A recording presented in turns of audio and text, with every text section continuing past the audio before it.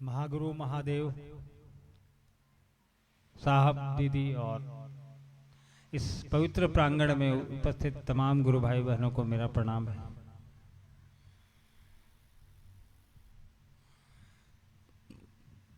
काफी समय बाद फिर उसी जगह आपसे मिलने का सौभाग्य प्राप्त हो रहा है। एक तो यह शहर खुद में ऐतिहासिक है, ये राज्य ऐतिहासिक है, और यहाँ के इस ऐतिहासिक प्रांगण में आप लोगों से दोबारा मुलाकात हो रही है।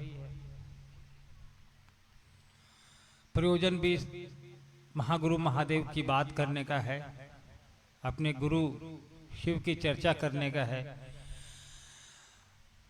आपकी बात कुछ सुनने का है, कुछ अपनी बात सुनाने का है। आप लोगों में से कुछ लोगों को याद होगा कि आज से कुछ वर्ष पहले साहब श्री भी यहाँ पर आए थे। इसी प्रांगण में साहब ने आप लोगों से बात की थी। मुझे नहीं ध्यान आ रहा कि उसमें से कितने लोग आप लोग उपस्थित थे उस समय, लेकिन जिन लोगों ने इस प्रांगण में साहब से मुलाकात की थी, अगर वो यहाँ आज उपस्थित हैं तो कृपया जरा हाथ उठाएं। तो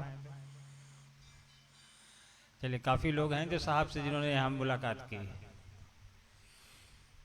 चलिए, अच्छी बात है। आज के इस कार्यक्रम में भी साहब को शारीरिक रूप में हम और आप इन आंखों से देख तो नहीं पा रहे हैं, लेकिन अनुभूत कर रहे हैं हम और आप, क्योंकि यह आयोजन ही उनके आशीर्वाद से हो रहा है, उनके उद्देश्य के निमित्त हो रहा है।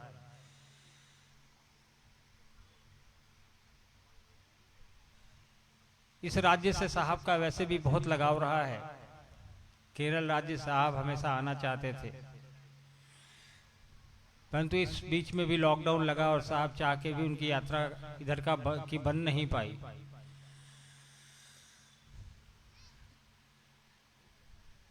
लेकिन हमको आपको साहब ने जो काम दिया है, जो उद्देश्य दिया है, उस पे चर्चा करने को कहा है, उस पे लोगों से बात करने को कहा है, उससे लोगों को जोड़ने को कहा है।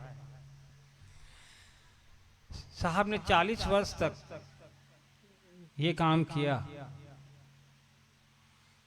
दीदी ने हर कदम पे उनका साथ दिया।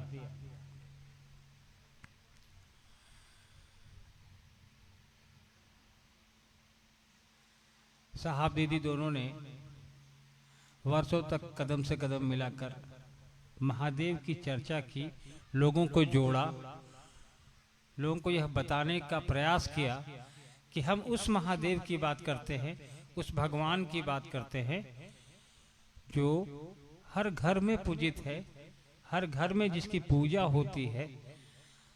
हजारों हजार वर्ष पहले से महादेव की पूजा इस देश में, इस पूरी सृष्टि में होती आई है।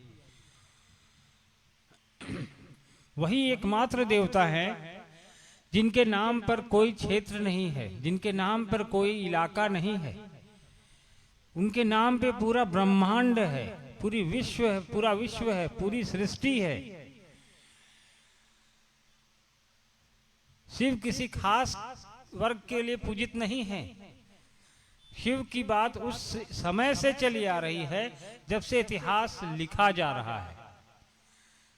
जो लिखित इतिहास हमारे आपके पास उपलब्ध है, जो हम और आप पढ़ सकते हैं, हजारों साल पुराना, उसमें भी महादेव की चर्चा है, उनके विभिन्न स्वरूपों की चर्चा है। ये अलग बात है कि समय के हिसाब से हमने आपने नाम बदल दिए, लेकिन स्वरूप तो वही रहा, कार्य उनका वही रहा। भगवान के रूप में, महागुरु के रूप में, महादेव के रूप में, सबसे बड़े देवता के रूप में वो काम करते रहे सृष्टि के लिए, हमारे आपके लिए। भगवान के रूप में हम और आप उनके घर पे जाते रहे, उनके दर पे जाते रहे, उनके मंदिरों में जाते रहे, आज भी जाते हैं अपने लिए सुख मांगने, शांति मांगने, वैभव मांगने, प्रसन्नता मांगने, और वो देते आए। भगवान के रूप में भोले बाबा उनको कहा जाता है। वो तो भोले बाबा हैं, अवघड़ हैं, जिस पे प्रसन्न हो गए सब कुछ दे दिया। ये भी नहीं सोचा कि वो उसको इसकी जरूरत है कि नहीं। जो मांगा उसे मिल गया। अभी पिछली चर्चा में मैंने कहा था एक उदाहरण, सेलम में, कि रावण से बड़ा कोई भक्त नहीं था उनका। रावण से बड़ा कोई भक्त उनका पैदा ही नहीं हुआ आज तक, जो हम लोग जानते हैं, आप भी जानते हैं। त्रिलोक की शक्ति थी उसके पास।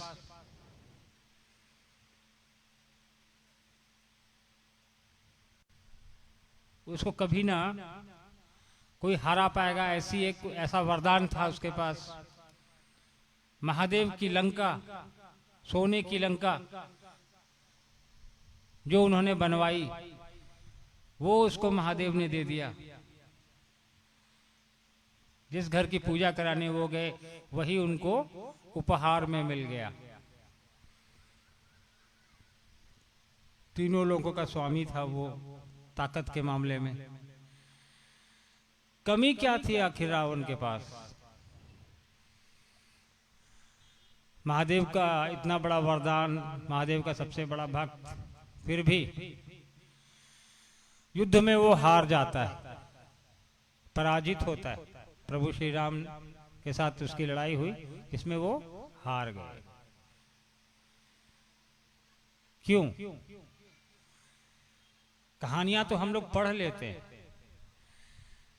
लेकिन कभी उस कहानियों के सार में जाते हैं कि इस कहानी का आखिर हमने सुना। रावण आए, रावण ने ये किया, रावण ने वो किया, सब कुछ किया, इतना बड़ा ज्ञाता था, इतना बड़ा शक्तिशाली था, बलशाली था। उन्होंने युद्ध किया और युद्ध में हार गए, माता सीता को छुड़ा लिया गया, हो गई रामायण खत्म। नहीं, उसके पीछे जाइए। आखिरकार क्या वजह थी कि महादेव का इतना बड़ा भक्त और युद्ध में हार गया? हारने की एक ही वजह थी कि सब कुछ था उसके पास। भगवान ने, महादेव ने, ईश्वर ने उसको वो सब कुछ दिया जो उसने चाहा, जो उसने मांगा।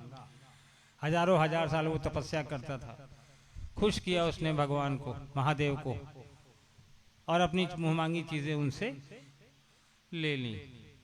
लेकिन ये नहीं लिया कि इन चीजों का इस्तेमाल कैसे करना है। ताकत तो मिल गई उसको, उस ताकत का इस्तेमाल कैसे करना है आपको। उस ताकत का अहंकार आपको हो गया, तो उस ताकत का फिर क्या फायदा है? तो साहब ने क्या कहा, समझिएगा इन चीजों को, कि भगवान गुरु हो सकते हैं। गुरु को जब भगवान का दर्जा दिया जा सकता है, साहब ने लिखा है एक जगह कि गुरु जब भगवान हो सकते हैं तो भगवान गुरु क्यों नहीं हो सकते? तो साहब ने कहा कि महादेव से बाकी चीजें तो हम और आप ले ही रहे हैं। उसी महादेव को जिससे हम भगवान के रूप में, जिसकी पूजा करते हैं, अर्चना करते हैं, प्रतिदिन घर में शिवलिंग में जल चढ़ाते हैं, बेलपत्र चढ़ाते हैं, फूल चढ़ाते हैं, सुख समृद्धि की कामना करते हैं, उसी महादेव को हमने कहना है कि हे महादेव, आप मेरे गुरु हैं, हम पर दया करिए। और वो गुरु का काम करते हैं, ऐसा साहब ने बताया हमको, आपको, क्योंकि साहब ने 30 साल 40 साल इस पे एक तरह से कहिए रिसर्च किया, अध्ययन किया, साधना की, तंत्र साधना की, श्मशान गए, अघोरियों के साथ रहे, तांत्रिकों के साथ रहे, अनेक शारीरिक गुरुओं के साथ रहे। उसके बाद का ये प्रतिफल है कि साहब ने कहा नहीं, महादेव से बढ़िया कोई गुरु हो ही नहीं सकता। क्योंकि जगत गुरु के रूप में तो वो पूर्व से प्रचलित है, लेकिन हमको आपको जानकारी नहीं है कि वो महादेव जिसकी भगवान के रूप में हम और आप पूजा करते हैं, वो गुरु के भी रूप में काम करता है। जानकारी नहीं है हमें। आप साहब दीदी ने उसको कमरे से बाहर कर दिया। जो किताबों तक सीमित था कि महादेव गुरु का काम करते हैं, जगत गुरु है लिखा हुआ है, बहुत जगह लिखा हुआ है, आपने पढ़ा, हमने पढ़ा, उन्होंने पढ़ा, इन्होंने पढ़ा, बताया नहीं किसी को, ना उस पर टेस्ट किया कि सही में काम करते भी है या नहीं करते। तो साहब ने इन चीजों को अपने 40 साल की तपस्या के बाद एक निचोड़ बाहर निकाला कि महादेव के गुरु स्वरूप से हम और आप भी जुड़ सकते हैं। जैसे पहले किताबों में जुड़े हैं लोग, नाम है उनका, लेकिन हम और आप उनको नहीं जानते हैं कि महादेव गुरु का भी काम करते हैं, ऐसा कोई कहने वाला है। लोग अपने कुछ अनुयायियों के साथ महादेव के साथ जुड़े गुरु स्वरूप से, या फिर अपने ही तक सीमित रखा है इन चीजों को। सामान्य जनमानस को, हमको आपको नहीं बताया कि भाई महादेव का ये स्वरूप भी है, जिससे हम धन वैभव मांग सकते हैं, अपने लिए घर और गाड़ी मांग सकते हैं, अपने लिए संपदा मांग सकते हैं, संपत्ति मांग सकते हैं। तो अपने लिए उस गुरु से एक ज्ञान की मांग भी कर सकते हैं, और वो देते आए हैं। क्योंकि नहीं देते आए होते तो हमसे आपसे पहले लोग उनको जगत गुरु के रूप में नहीं मान रहे होते। साहब ने कुछ नया नहीं किया। साहब ने कहा कि महादेव को गुरु तो बना ही लीजिए आप, साथ में दूसरे को भी कहिए कि तुम भी बना सकते हो। उसके लिए साहब ने अपनी इतने दिन की तपस्या साधना, जो कह लें हम और आप, उसको 3 सूत्र के रूप में लाके हमारे आपके सामने रख दिया। कहा कि यह 3 तरीका है उस महादेव से जुड़ने का, उसके गुरु स्वरूप से जुड़ने का। उस 3 तरीकों में जो 3 सूत्र हमारे से पहले जो भी आपके गुरु भाई आए होंगे या बहन आई होंगी मंच पे, उन्होंने आपको बताया होगा 3 सूत्र के बारे में। साहब ने कहा कि यह 3 सूत्र करो और कुछ करने की जरूरत नहीं है। महादेव के गुरु स्वरूप से जुड़ने के लिए कोई चौथा सूत्र नहीं आवश्यक है, यही 3 सूत्र काफी है। इस 3 सूत्र में साहब ने कोई बंधन नहीं रखा, कोई वर्जना नहीं रखी। साहब ने कहा कि हर वो आदमी, हर वो इंसान जो धरती पर आया है, वो पात्रता रखता है कि वो शिव को अपना गुरु बना सके, और इसकी प्रक्रिया इसी 3 सूत्र से शुरू होती है और इसी 3 सूत्र पे समाप्त भी हो जाती है। बस आवश्यकता है उस 3 सूत्र को हमको आपको करने की। और तीनों सूत्र में आपको पता है, जो भी पुराने लोग हैं सब लोगों को मालूम है कि वो 3 सूत्र कितना आसान है। ना इस 3 सूत्र को करने के लिए किसी को आपको पैसे देने हैं, न लेने हैं, न कोई बहुत बड़ी व्यवस्था करनी है। दया मांगनी है, उनसे प्रणाम करना है, उनसे नमः शिवाय से 108 बार 24 घंटे में, और दूसरे को कहना है कि हमारे गुरु हैं, आपके भी हो सकते हैं। इन तीनों की अपनी अपनी महत्ता है, तीनों का अपना अपना इंपॉर्टेंस है तीनों सूत्र का। इसमें 2 सूत्र तो हम और आप अपने लिए करते हैं, नमन करते हैं, प्रणाम करते हैं नमः शिवाय से, वो हम अपने लिए करते हैं। दया की याचना करते हैं, वो अपने लिए करते हैं हम और आप। तीसरा जो साहब ने कहा कि दूसरों को भी बताओ कि महादेव गुरु का काम करते हैं। इसमें हम अपना भी कल्याण करते हैं और उस शख्स का भी करते हैं जिसको हम ये बता रहे हैं। क्योंकि बताने के दौरान भी जितनी देर आप महादेव का नाम ले रहे हैं, उनकी परिधि में आप जा रहे हैं, आपके जेहन में महादेव का नाम आ रहा है, उतनी देर आप उनकी परिधि में है, उनकी बनाई सृष्टि में, उनके हिसाब से है। तो ये 3 सूत्र बहुत ही जरूरी है। आवश्यकता है हमको आपको करने की, समझने की। आप इतनी दूर से यहाँ चल के आए हैं, अपना समय निकाल के आए हैं, अपना आपने पैसा लगाया यहाँ तक आने के लिए, जानेंगे वापस जाएंगे, उसमें भी पैसे लगेंगे आपके। आखिर क्यों लगाया आपने? कुछ सोचा है आपने इस बारे में कि आखिर आपको क्या पड़ी है कि आप अपना पैसा लगा के यहाँ के इस गर्मी में बैठे हैं? कोई आवश्यकता है? यहाँ आने से आपको कुछ आर्थिक लाभ तो हुआ नहीं, उल्टा नुकसान ही हुआ होगा, कुछ पैसे लग गए होंगे आपके। हो सकता है इसमें आपने सहयोग भी किया होगा। ये जो पंडाल लगा है, ये जो माइक लगा है, ये जो टीवी चल रहा है, इसके पीछे कभी आपने सोचा? इसलिए तो नहीं किया आपने कि अन्नू भैया आ रहे हैं या बरखा दीदी आ रही हैं तो हमको करना है आयोजन। वो हमको आपको एक जुड़ाव पैदा करता है कि नहीं, मेरे गुरु भाई बहन आ रहे हैं या मेरे गुरु भाई बहन मिलेंगे वहाँ, मेरे गुरु की चर्चा होगी वहाँ, चलते हैं जरा हम भी देखेंगे क्या बात हो रही है, क्या सुन रहे, क्या सुनाएं, इस पे भी चर्चा होगी। कैसे महादेव से जुड़े, इस पर बात होगी। कैसे और लोगों को जोड़े, इस पे बात होगी। लेकिन आपकी मन स्थिति, मेरी मन स्थिति यहाँ तक तो आ गई कि रांची से चल के ये 1500 किलोमीटर दूर हम लोग आपके पास आ गए। आप अपना समय छोड़ के, काम छोड़ के, छुट्टी निकाल के यहाँ बैठे हैं महादेव की बात करने के लिए, अपने गुरु की बात करने के लिए। यह हमारे आपके मन स्थिति में बदलाव दिखाता है। यह दिखाता है कि आज संडे को कोई बगल के बीच पे नहीं जाके आप शिव की बात करने बैठे हैं। यह परिवर्तन महादेव के गुरु स्वरूप से जुड़ने के बाद ही आएगा और आ भी रहा है। पूरी सृष्टि में आज 5 करोड़ से ज्यादा गुरु भाई गुरु बहन मौजूद हैं जो महादेव की चर्चा को, महादेव की बात को, उसकी परिधि में थोड़ी देर रहने के लिए भी अपना समय निकाल लेते हैं। आपने निकाला है। हम और आप भाग्यशाली है कि महादेव ने इस काम के लिए हमको आपको चुना है। साहब दीदी ने एक मौका दिया है हम लोगों को कि सृष्टि में अपने आने का और अपने जाने का जो बीच का दौरा है, बीच की यात्रा है, इसको सफल बनाएं। बनाने के लिए साहब ने हमें रास्ता दिखाया, दीदी ने हमें रास्ता दिखाया। कोई वर्जना नहीं बनाई।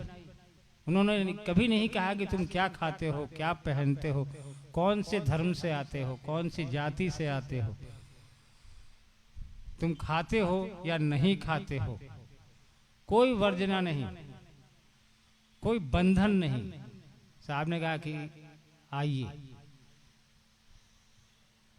एक पुस्तक भी साहब ने लिखी है, इसका शीर्षक ही है आओ चलें शिव की ओर।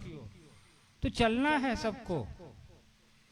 रास्ता एक है, मंजिल एक है, रास्ता दिखाने वाला भी एक ही है, पहुंच रहा है जहां आपको हमको वो जगह भी एक ही है। तो साहब दीदी के उद्देश्य के साथ हम और आप अपने जो हमारी आपकी सोच है कि अपने गुरु के स्वरूप से हम भी जुड़ेंगे, लोगों को भी जोड़ेंगे, पूरी सृष्टि को एक मेक करेंगे शिव के गुरु स्वरूप के साथ। इस सोच के साथ इस आयोजन का आप लोगों ने यहाँ पे सफल तरीके से किया है। केरल जैसी जगह में आप लोग महादेव की बात कर रहे हैं। ऐतिहासिक शहर है, ये मंदिर का प्रांगण है। केरल के बारे में मैं पढ़ रहा था कि भारत की खोज तो इसी रास्ते से ही हुई। कोझिकोड जो इस जगह का नाम है, हम लोग पढ़ते हैं ना वास्को डिगामा। ये वास्को डिगामा मालूम भारत में इसी रास्ते से आया था। भारत की खोज जो हुई थी समुद्री रास्ते से, वो इसी शहर से हुई थी। ये बरखा जी ने मुझे सुबह बताया तो मैंने भी फिर उसको गूगल किया। मैंने देखा कि ये शहर तो ऐतिहासिक है बहुत मायनों में। हम लोग बिहार में मजाक में बोलते हैं ना वास्को डिगामा भइल बड़ा। तो ये शहर बहुत ही ऐतिहासिक है। भारत का एक तरह से कहिए, भारत की खोज इसी रास्ते से दुनिया के कई देशों को परिचय हुआ होगा। अगर भारत देश से, भारत की संस्कृति से, भारत के व्यापार से, तो इसी रास्ते से हुआ होगा। और साहब की जो बनाई इस दुनिया है, जो साहब से शुरू होती है, दीदी से शुरू होती है, उसके हम और आप वाहक हैं। चलें आगे बढ़े हम लोग, साहब दीदी के उद्देश्य को अपने कंधों पे लेकर सब पूरी सृष्टि तक पहुंचाने का कार्य हमारा आपका है अब। क्योंकि साहब शरीर में तो नहीं है, दीदी भी अब शरीर में नहीं है, लेकिन उनका आशीर्वाद, उनका स्नेह, उनका मार्गदर्शन हमेशा हमारे आपके साथ मिलता रहेगा, मिलता है।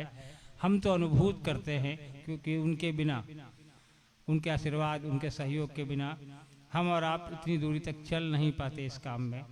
लेकिन उनका है, हम और आप अनुभूत करें और उसी अनुभूतियों के साथ महादेव का काम करते रहें, आगे बढ़ते चलें।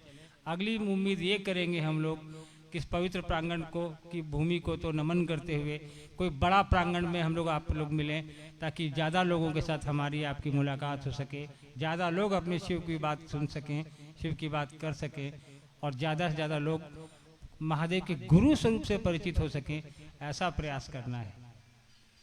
आप लोग का ज़्यादा समय नहीं लेंगे, गर्मी भी है। बरखा जी आप लोग के बीच बैठी है, मुझे अनुमति दीजिए, फिर आप लोग से ज़िंदगी रही तो मुलाकात होगी, इससे बड़ी जगह पे होगी, इससे बड़े मैदान में होगी, इससे ज़्यादा लोगों के साथ होगी। आप सभी को मेरा प्रणाम है, धन्यवाद।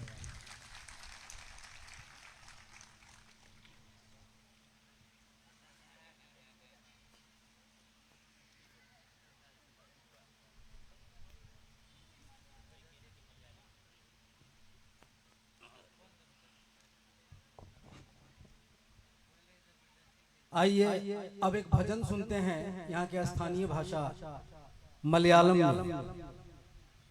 और भजन के लिए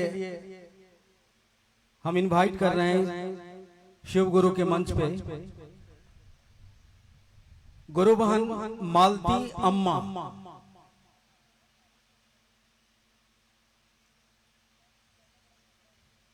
please come on the Shiv Guru stage.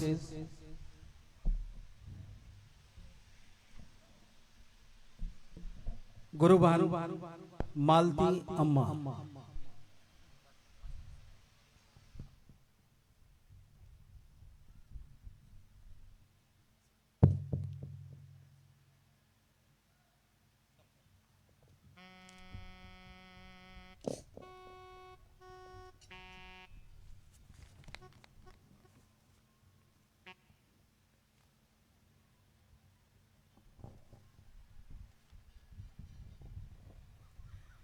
ओम गुरुदेवा।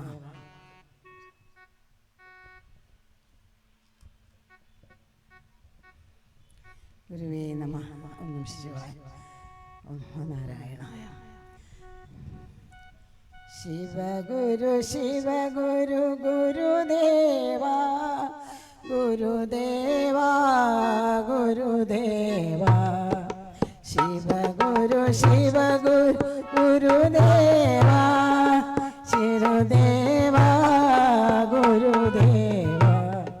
शंकर गुरु जय शंकर गुरु आदि शंकर गुरुदेवा। शंकर गुरु जय शंकर गुरु आदि शंकर गुरुदेवा। शिव गुरु गुरुदेवा गुरुदेवा गुरुदेवा। शंकर गुरु जय शंकर गुरु आदि शंकर गुरुदेवा। आदि मंदर मल्लामीये ओम गुरु जय गुरु गुरु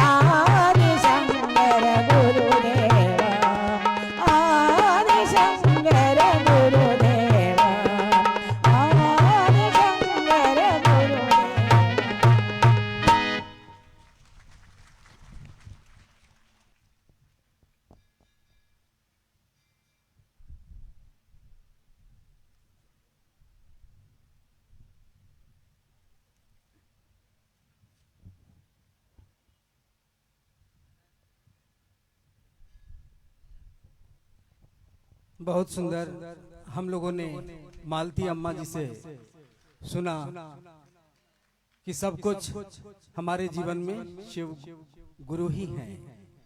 आइए आगे हम लोग सुनते हैं बहन गौरी अर्चिता गौरी, जिनके बारे में बताऊं आपको, ये नाम भी साहब श्री हरिंद्रानंद जी जो हमारे आपके वरेण्य गुरु भ्राता है, ये नाम भी उन्होंने ही दिया है। और गौरी हमारे साथ साहब दीदी के संकल्प में चल रही हैं बचपन से। आइए हम उनको सुनते हैं। She is also granddaughter of our वरेण्य गुरु भ्राता बहन Gauri Archita. Please come.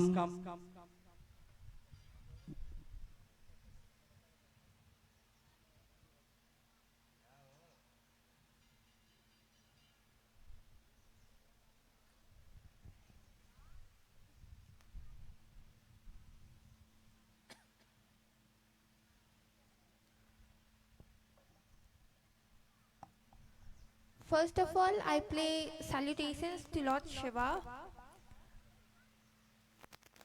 Shiv Shishya Sahab Sri Harindranan and Didi Neelam Anand ji and all of you present here.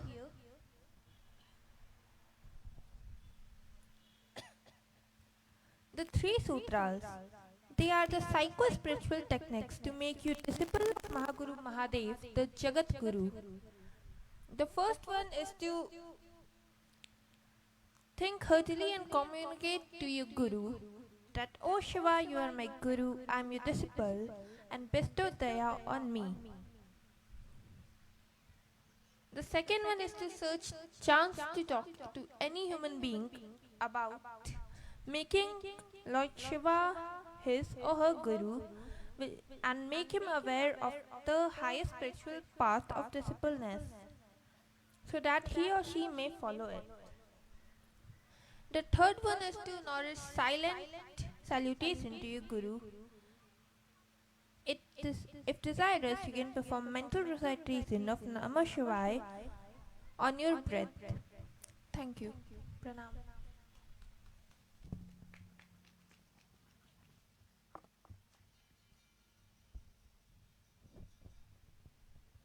A great clapping to Bahan Gauri Archita.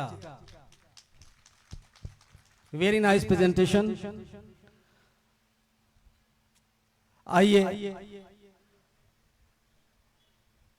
अब हम आप एक भजन सुनेंगे और इस भजन के बाद सीधे हम लोग दीदी बरखा आनंद जी को सुनेंगे। साहब दीदी का यह आध्यात्मिक संकल्प जो आज प्रवाहित है पूरे भारत और भारत से बाहर, world wide, a new concept, let us be the disciple of Adi Guru Lord Shiva. आइए एक भजन सुनते हैं, उसके बाद दीदी बरखानंद जी को सुनेंगे हम आप।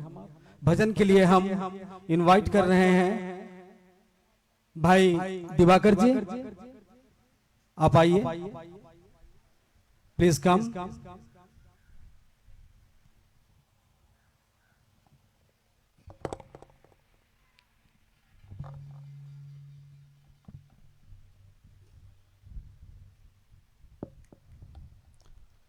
चलिए। अतः श्रीलिंगाष्टकम् नमः शिवाय। ब्रह्मा मुरारी सुराचितलिंगम निरमल भाषित शोभितलिंगम जन्मज दुःख विनाशतलिंगम तत् प्रणामि सदा शिवलिंगम। देवमुनि प्रवराचितलिंगम कामदः करुणाकरलिंगम रावण दर्प विनाशितलिंगम तत् प्रणामि सदा शिवलिंगम। सर्वसुगंधि सुलेपितलिंगम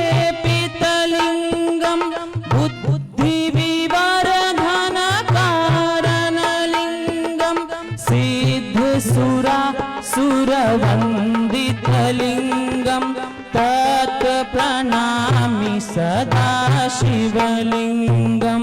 कणक महामणि भूषितलिंगम फणिपत वेष्टित शोभितलिंगम दक्ष सुयज्ञ विनाशनलिंगम तत् प्रणामि सदा शिवलिंगम। कुम कुम चंदन लेपितलिंगम पंकजहार सुशोभितलिंगम सचिपति पाप विनाशनलिंगम तत् प्रणामि सदा शिवलिंगम। देवगणार्चित सेवितलिंगम भावभक्तिभिरेव च लिंगम दिनकर कोटि प्रभाकरलिंगम तत् प्रणामि सदा शिवलिंगम। अष्टदलोपरवेष्टितलिंगम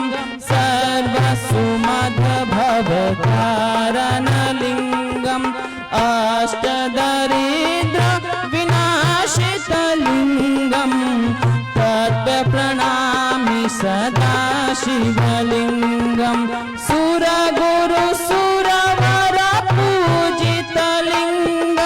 सुरवण पुष्प सदार्चितलिङ्गं परमात्मकलिङ्गं तत्त्वप्रणमामि सदा शिवलिङ्गं ब्रह्ममुरारि सुराचितलिङ्गं भावभक्ति धिरेव च लिङ्गं ब्रह्ममुरारि सुराचितलिङ्गं निर्मलभाषित शोभितलिङ्गम्। आप सबके चरणों में मेरा प्रणाम है।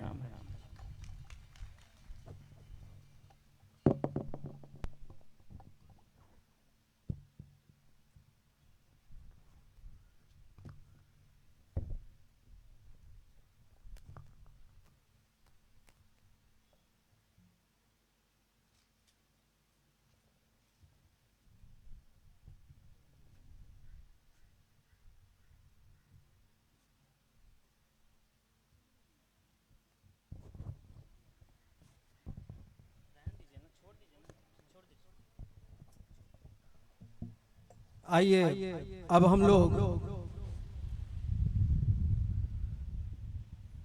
सुनेंगे दीदी बरखा आनंद जी को। साहब दीदी के संकल्प के बारे में, साहब का वह संकल्प जो आओ चलें शिव की ओर, उस विषय पर हम आप सुनेंगे दीदी बरखा आनंद जी को, जो साहब दीदी के गृहस्थ कुल की ज्येष्ठ कुल वधु है, द एल्डर ग्रैंड डॉटर दीदी बरखा आनंद जी।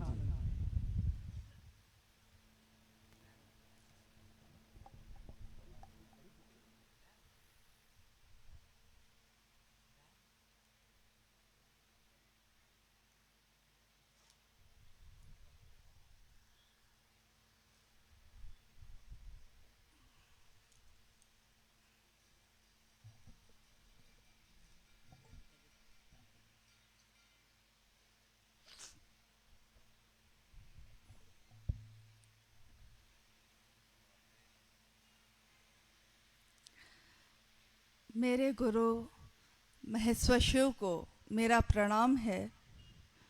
इस कालखंड के प्रथम शिव के शिष्य और हम सबके परम आदरणीय वरेण्य गुरु भ्राता साहब श्री हरिंद्रानंद जी के चरणों में मेरा प्रणाम है।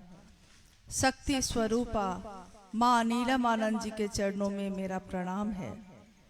और कालीकट के इस स्थान में, इस मंदिर के प्रांगण में उपस्थित आप सभी गुरु भाई गुरु बहन के चरणों में मेरा प्रणाम है। नमस्कारम।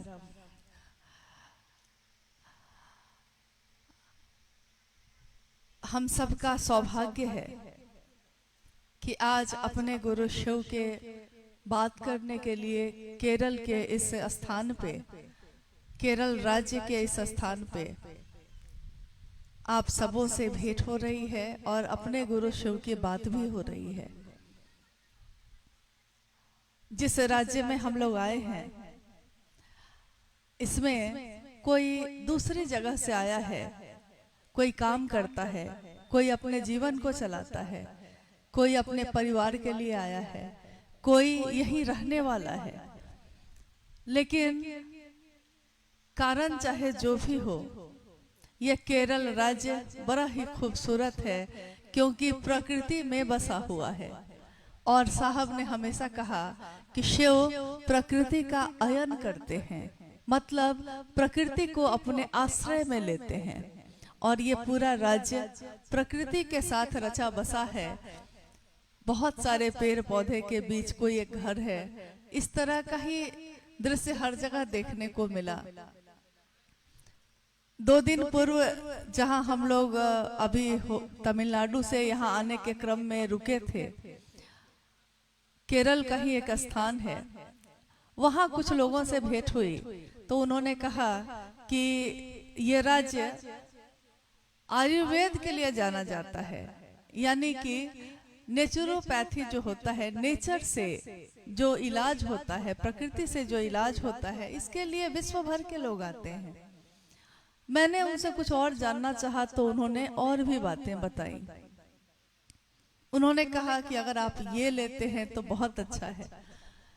मैंने उनको कहा, आपके पास जो सबसे सुंदर चीज थी आपने दी मुझको, मैंने आपकी बात सुनी और आपने सुझाव दिया कि मुझको ये लेना चाहिए, तो मेरे मन ने स्वीकार किया कि लेना चाहिए, तो मैंने ले लिया। मेरे पास भी एक सबसे सुंदर चीज है मेरे जीवन में। आपके जीवन में जो अच्छा था आपने दिया, मैंने आपकी बात सुनी और लिया भी। मेरे जीवन में भी एक सबसे सुंदर बात है। उस व्यक्ति ने कहा, क्या? मैंने कहा, मेरे गुरु शिव हैं, शिव जो भगवान के रूप में पूजित हैं, हजारों वर्षों से पूजित हैं, लेकिन किसी ने ये नहीं कहा कि ये तुम्हारा अपना हो सकते हैं, अपने बिल्कुल अपने हो सकते हैं, और इनको अपना बनाने से तुम्हारे मन को क्या क्या लाभ होगा। शरीर के लाभ के लिए तो मैंने समझ लिया, आपने सुझाव दिया, मैंने ले लिया। मेरे पास भी एक चीज है, क्या? हमारे मन के अंधेरे को कौन दूर करता है? कहते हैं गुरु मन के अंधेरे को दूर करते हैं। गुरु शब्द ही बना है इसी से। इसकी व्याख्या है कि जो अंधेरे से रोशनी की तरफ ले जाता है। अज्ञान तिमिरांधस्य ज्ञानांजन शलाकया, अज्ञान रूपी अंधकार में फंसी आत्मा को जो ज्ञान के शलाका से मलते हुए, उन्मिलन करते हुए रोशनी में ले आते हैं, वही होते हैं गुरु। और जब से वरन गुरु भ्राता साहब श्री हरिंदानंद जी ने बताया, दुनिया के लोगों को, जगत के लोगों को जब से ये बताया कि आपके मन के अंधेरे को दूर करने का और कोई उपाय नहीं है। हमारे जीवन में अंधेरा हो जाए, अभी दिन है, थोड़ी देर में शाम हो जाएगी, अंधेरा हो जाएगा। उस अंधेरे को दूर करने के लिए हम कोई ना कोई उपाय कर लेते हैं। दिया जला लेते हैं, कैंडल जला लेते हैं, लालटेन जला लेते हैं, बत्ती जला लेते हैं, रोशनी हो जाती है। लेकिन हमारे आपके मन में जो अंधेरा है, जागतिक अंधेरा तो दूर कर लिया है, मानसिक अंधेरा कैसे दूर होगा? और आज जिस काल खंड में हम आप रहते हैं, उसमें कोई शरीरधारी हमारे इस मन के अंधेरे को दूर कर सकेगा? ये संभव नहीं लगता। कुछ हद तक करता है, लेकिन उसके बाद उसकी सीमा भी खत्म हो जाती है, वो भी शिव से लेकर ही देता है। तो हम क्यों नहीं जो सबसे ज्यादा अपने हैं, जो सबसे ज्यादा सत्य हैं, जो सबसे ज्यादा सुंदर है, हम उनको अपना गुरु बना ले। आज से नहीं, सदियों से हम गाते हैं, सत्यम शिवम सुंदरम। तुम सत्य हो, तुम सुंदर हो, तुम शिव हो। शिव मतलब जो करुणावतारम है, शिव मतलब जो महामृत्युंजय हैं, जो महाकाल हैं, जो कालों के काल हैं, महायोगेश्वर है। योग भी वहीं से निश्चित हुई है। शरीर के लिए हम योग का अभ्यास करते हैं, शरीर को ठीक रखने के लिए हम योग करते हैं, लेकिन हमारे मन को अगर हम ठीक कर ले तो कहते हैं एक शक्तिशाली मन अगर हो जाए तो शरीर पे उसका असर होता है। आपने शिव को गुरु बनाने की बात को सुना होगा, किसी न किसी ने आपसे बात की होगी, चाहे मलयालम में की हो, कन्नड़ में की हो, तमिल में की हो, अंग्रेजी में की हो, हिंदी में, भोजपुरी में, जो भाषा आती है उसी भाषा में की होगी। आप शायद उसकी भाषा को समझे होंगे या नहीं समझे होंगे। जैसे अभी अम्मा जो गा रही थी, तो कुछ कुछ शब्द समझ में आते थे, सारे समझ में नहीं आ रहे थे, लेकिन उनके भाव समझ में आ रहे थे। भाव क्या था? शिव के लिए पुकार थी उसमें। तो भाव अगर समझ में आता है तो भाषा की सीमा भी खत्म हो जाती है। क्योंकि आंखों से कोई किसी को देखता है और प्रेम हो जाता है। ये कैसे होता है? वो उसकी भाषा नहीं जानता। कहता है कोई दूसरा कि तुम क्या कह रहे हो, मेरी समझ में नहीं आ रहा है, लेकिन तुम कुछ कह तो रहे हो मुझको, क्या कह रहे हो समझ में नहीं आता है। I don't know what you से, मैं नहीं जानता आप क्या कह रहे हैं। तो दूसरा इशारों से कहता है।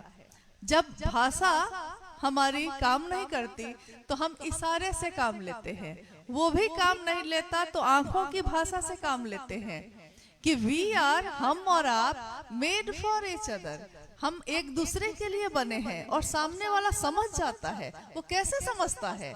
उसको हमारी भाषा नहीं आती।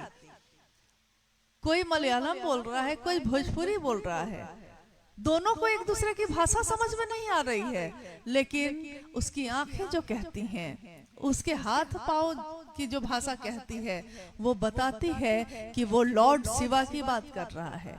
लॉर्ड शिवा, जिनका नाम लेते ही हम अपने चप्पल जूते को खोलकर हाथ जोड़कर खड़े हो जाते हैं और हमारा मन झुक जाता है उनके लिए, क्योंकि वो देवों के देव महादेव हैं। लेकिन अभी अनुभया ने सही कहा, हम संपत्ति मांग सकते हैं उनसे, ईश्वर के रूप में वो हमारे मनोकामनाओं की पूर्ति करते हैं। हम मनोकामनाओं की पूर्ति पा सकते हैं उनसे, लेकिन वो लेकर ही हम क्या करेंगे जिसको संभालने का ज्ञान ही नहीं हमको। हम संपत्ति ले सकते हैं अपने पिता की, लेकिन अगर संपत्ति को संभालने का ज्ञान नहीं हो तो वो संपत्ति मेरे किस काम की। कहते हैं माँ बाप एक दिन अपने बच्चों को खेत बांट कर दे देते हैं।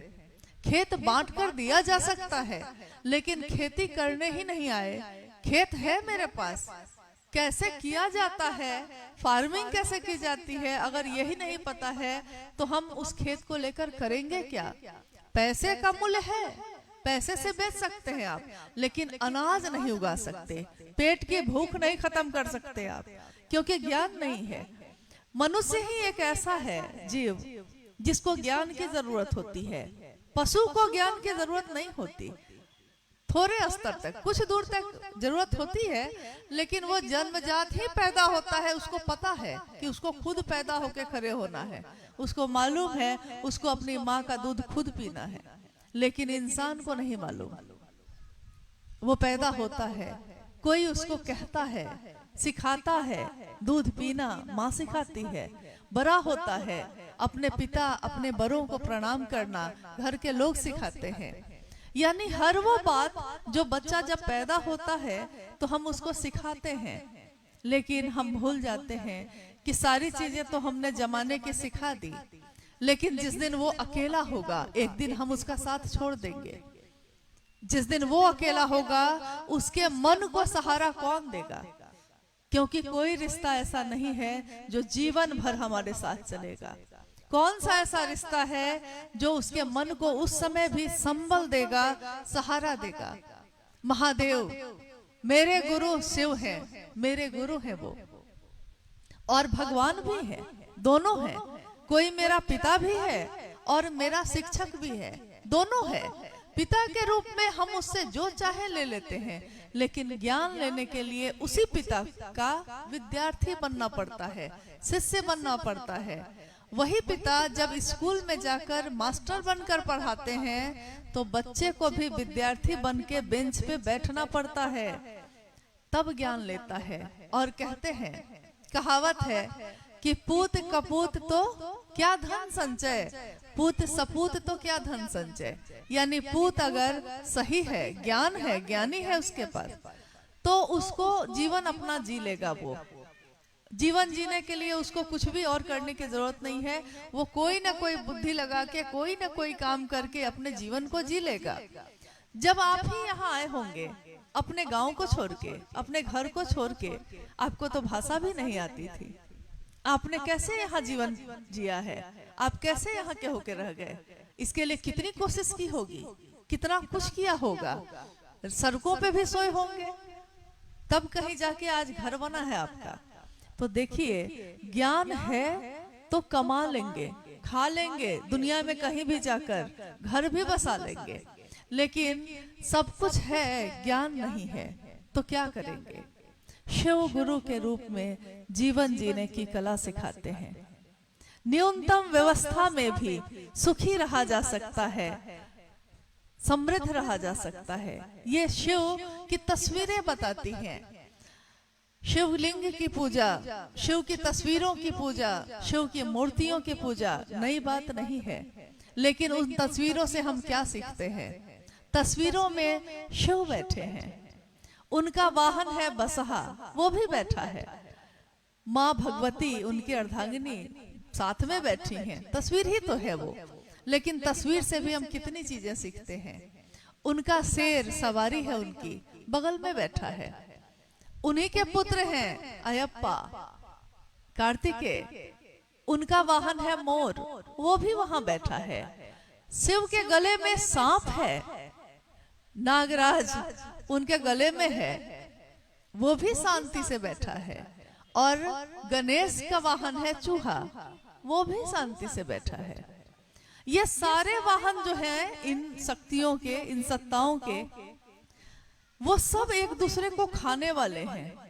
मतलब इतना ज्यादा जन्मजात स्वभाव विपरीत है कि शेर बाघ को खाता है, शेर बैल को खाता है, मोर सांप को खाता है, सांप चूहे को खाता है।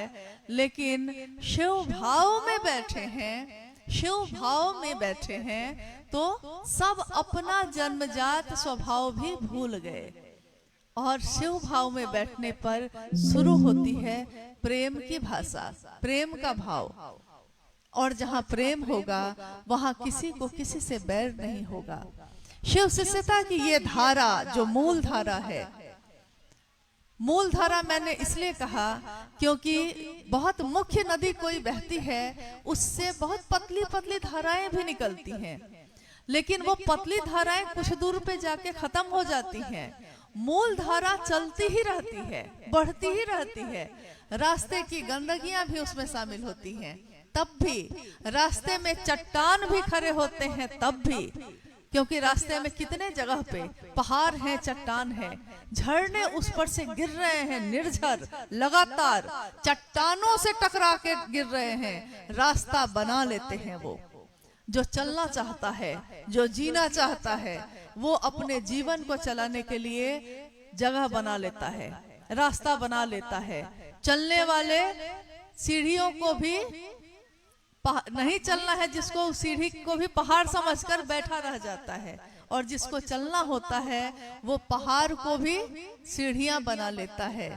ये वाणी है साहब श्री हरिनानंद जी की। उन्होंने कहा कि मेरे जीवन में कितनी बाधाएं आई, मैंने जब शिव को गुरु बनाया कोई मेरा साथ देने वाला नहीं था, लेकिन मैं अवरोधों को ही आरोहण बनाता रहा।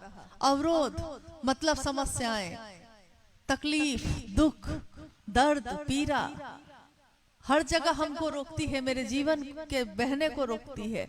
लेकिन मेरे गुरु शिव की दया से हम उस सब से गुजरते हुए आगे बढ़ जाते हैं। तो वही साहब ने कहा, मैं अवरोधों को ही आरोहण बनाता रहा। मतलब चट्टान है रोकने के लिए, लेकिन मैं उन चट्टानों पे ही चढ़ चढ़ कर उस पार उतरता रहा अपने जीवन में, अपने गुरु शिव के सहारे, उनके संबल पे। यही बात उन्होंने कही कि जब सबसे सुंदर गुरु हमारे पास उपलब्ध है, क्यों नहीं दुनिया के लोग उसको अपना गुरु बनाते हैं। गुरु, सदगुरु, जगत गुरु, तीन श्रेणियां हैं, लेकिन जिस दिन संसार में गुरु शब्द के साथ तीन श्रेणियां लगी हैं।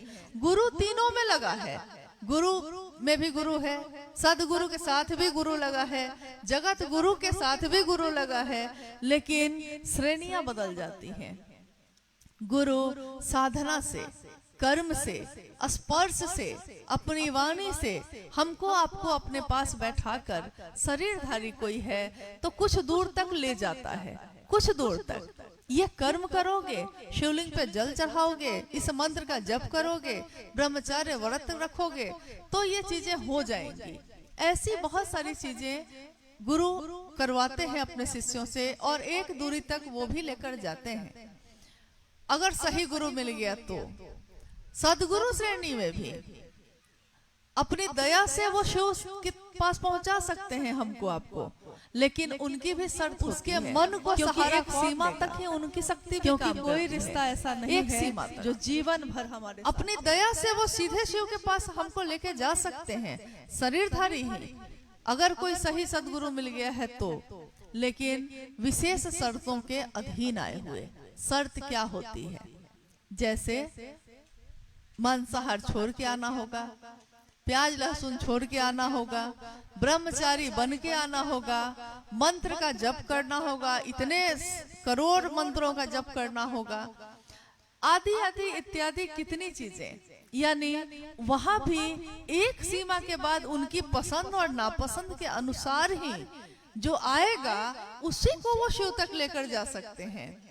लेकिन जब जैसे ही हम कहते हैं जगत गुरु शिव, विश्व गुरु, आदि गुरु, जैसे ही हम ये शब्द कहते हैं तो सीधे हमारा मन जाता है शिव के शरण में, और शिव के पास कोई वर्जना नहीं, कोई बंधन नहीं, कोई बाध्यता नहीं है, क्योंकि शिव मात्र अपनी दया से सीधे शिव बना सकते हैं। जैसी भी जीवात्मा है, हम अधम है, हम पापी हैं अगर, तब भी, और हम बहुत पवित्र आत्मा है तब भी, शिव के पास कोई वर्जना नहीं है, कोई बाध्यता नहीं है।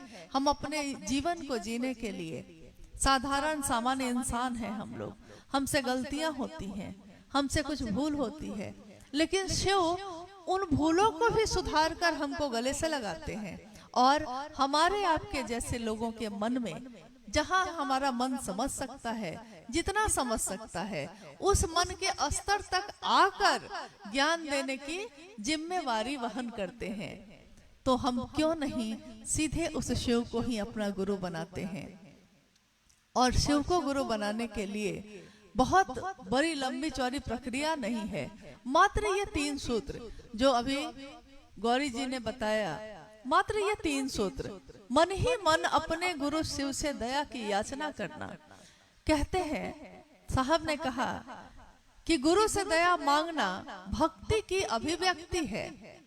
भक्त कहते हैं हम किसी को, कोई भक्त है, सामान्य बोलचाल की भाषा में भी हम ये बोल देते हैं, लेकिन हम ये नहीं समझते कि भक्त क्या होता है।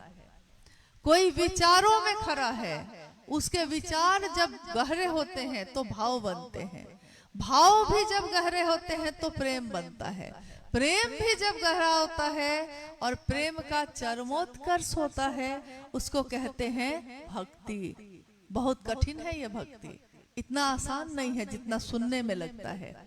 लेकिन हम जैसे हैं जो हैं वैसे ही अगर शिव को अपना गुरु बना लेते हैं तो वो शिव हमको खुद ही अपने पास आने के लायक बना लेते हैं, पात्र बना देते हैं, योग्य बना देते हैं।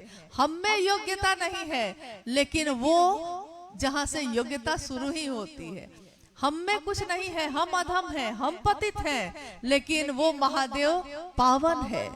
पावन यानी कि जहां जाके सब कुछ पावन हो जाता है, अब वहां कुछ भी अपवित्र नहीं हो सकता।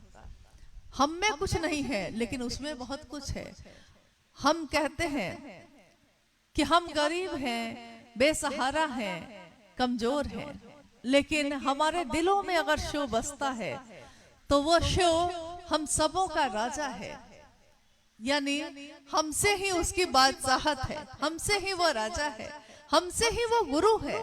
शिष्य कोई होगा तब ना कोई गुरु होगा। कितना भी सुंदर गुरु हो, कितना भी बढ़िया डॉक्टर हो यहाँ, और कोई मरीज उसको दिखाने नहीं जाए तो क्या होगा? कितना भी अच्छा डॉक्टर है, लेकिन कोई उसको दिखाने ही नहीं जा रहा है, अपना इलाज ही कराने नहीं जा रहा है, तो क्या फायदा है उसके बहुत बढ़िया डॉक्टर होने का? शिव के अनेक रूप हैं, शिव के अनेक रूपों का नाम हम जानते हैं।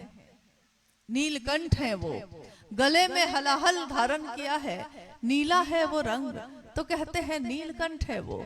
त्रयंबक है वो क्योंकि 3 नेत्रों वाले हैं वो। त्रिशूलधारी है वो क्योंकि सांप और अभय की मुद्रा के साथ साथ त्रिशूल भी है। त्रिशूलधारी है वो। पिनाक है, किरात है, कितने असंख्य नाम है उनके, लेकिन उन असंख्य नामों के साथ जिस रूप से भी हम जुड़ते हैं उस रूप का लाभ हमको आपको मिलता है। जब हम शिष्य भाव लेकर खड़े होते हैं तो वो जगत गुरु के रूप में मेरे आपके अपने गुरु होते हैं। और जब कोई अपना हो जाता है तो हम उसकी कितनी परवाह करते हैं, इसकी आप कल्पना भी नहीं कर सकते। मेरा बेटा बीमार हो गया, पूरी रात हम डॉक्टर के बाहर, हॉस्पिटल के बाहर डॉक्टर के इंतजार में गुजार देते हैं, एक सेकंड के लिए भी थकते नहीं हैं, क्योंकि मेरा बेटा बीमार है, हम नहीं दिखाएंगे तो कौन दिखाएगा। मेरा शब्द कितना महत्वपूर्ण है इसका विचार करिए। मेरे घर में कुछ हो गया है, अब हम रहते हैं कहीं और मीलों दूर, लेकिन कुछ हो गया है, वहां जाना है, ट्रेन में सीट नहीं मिलती है, बाथरूम में बैठकर अपने घर लौट जाते हैं। मेरा है वो। तो जब मेरा कहते हैं हम किसी को, उसके लिए परवाह पैदा होती है। इसीलिए पहला सूत्र है मेरे गुरु शिव, हे शिव आप मेरे गुरु हैं, मैं आपका शिष्य हूँ, मुझे शिष्य पर दया कर दीजिए। मर्सी, दया क्या है ये? क्योंकि कृपा का अर्थ होता है कि जो हम करेंगे वो हमको मिलेगा, उतना हमको मिल जाएगा। दिन भर मजदूरी किया है तो दिन भर के मजदूरी का पैसा मिल जाएगा। दिन भर ईंट जोड़कर घर बनाया है तो दिन भर की मजदूरी मिल जाएगी। यानी जितना हम पूजा कर्म कांड से करेंगे उतनी कृपा महादेव की हो जाएगी, वो उतना मिल जाएगा। लेकिन जैसे ही हम कहते हैं दया, मर्सी, लेकिन जिस दिन वो अकेला होगा, एक दिन हम उसका, तो वैसे ही हमको होता है कि अब दया मांग रहे हैं, यानी कि अब हम असहाय हैं, हमसे नहीं हो रहा है। एक टेबल अगर छोटा सा है उसको हम अकेले उठा सकते हैं, लेकिन अगर एक बड़ी चौकी कह दी जाए उठाने के लिए तो हम अकेले नहीं उठा सकते। अगर एक मंच बनाने के लिए कह दिया जाए तो अकेले कोई बना सकेगा? नहीं बना पाता है। लेकिन एक चौकी उठाकर वो खींच कर भी कम से कम ले आएगा। यानी काम जैसे बड़ा होता जाता है, हमारे पास हमारा सामर्थ्य एक सीमा के बाद जाकर खत्म हो जाता है। तो उस सामर्थ्य के बाद हमको मदद की जरूरत होती है, तभी हम किसी से मदद मांगते हैं। और जब हमारा मन मदद की स्थिति में जाता है तब हम कहते हैं कि समर्पित हुए हैं, तब हमारा मन झुकता है। नहीं तो हम इंसान हैं, हमारा मन झुकता ही नहीं है, कहीं भी नहीं झुकता। इतना जोर से अहंकार खड़ा होता है कि अगर कोई अच्छी से अच्छी बात भी कहने आता है तो हम सोचते हैं कि मेरे पास खुद बुद्धि है, मेरे पास खुद ज्ञान है, हम खुद कर लेंगे, आपके कहने से हम क्यों करें। आपको आश्चर्य होगा कि कितने जगह पे आप जाते हैं, या हम जाते हैं या और लोग जाते हैं, कहते हैं शिव को अपना गुरु बना लो।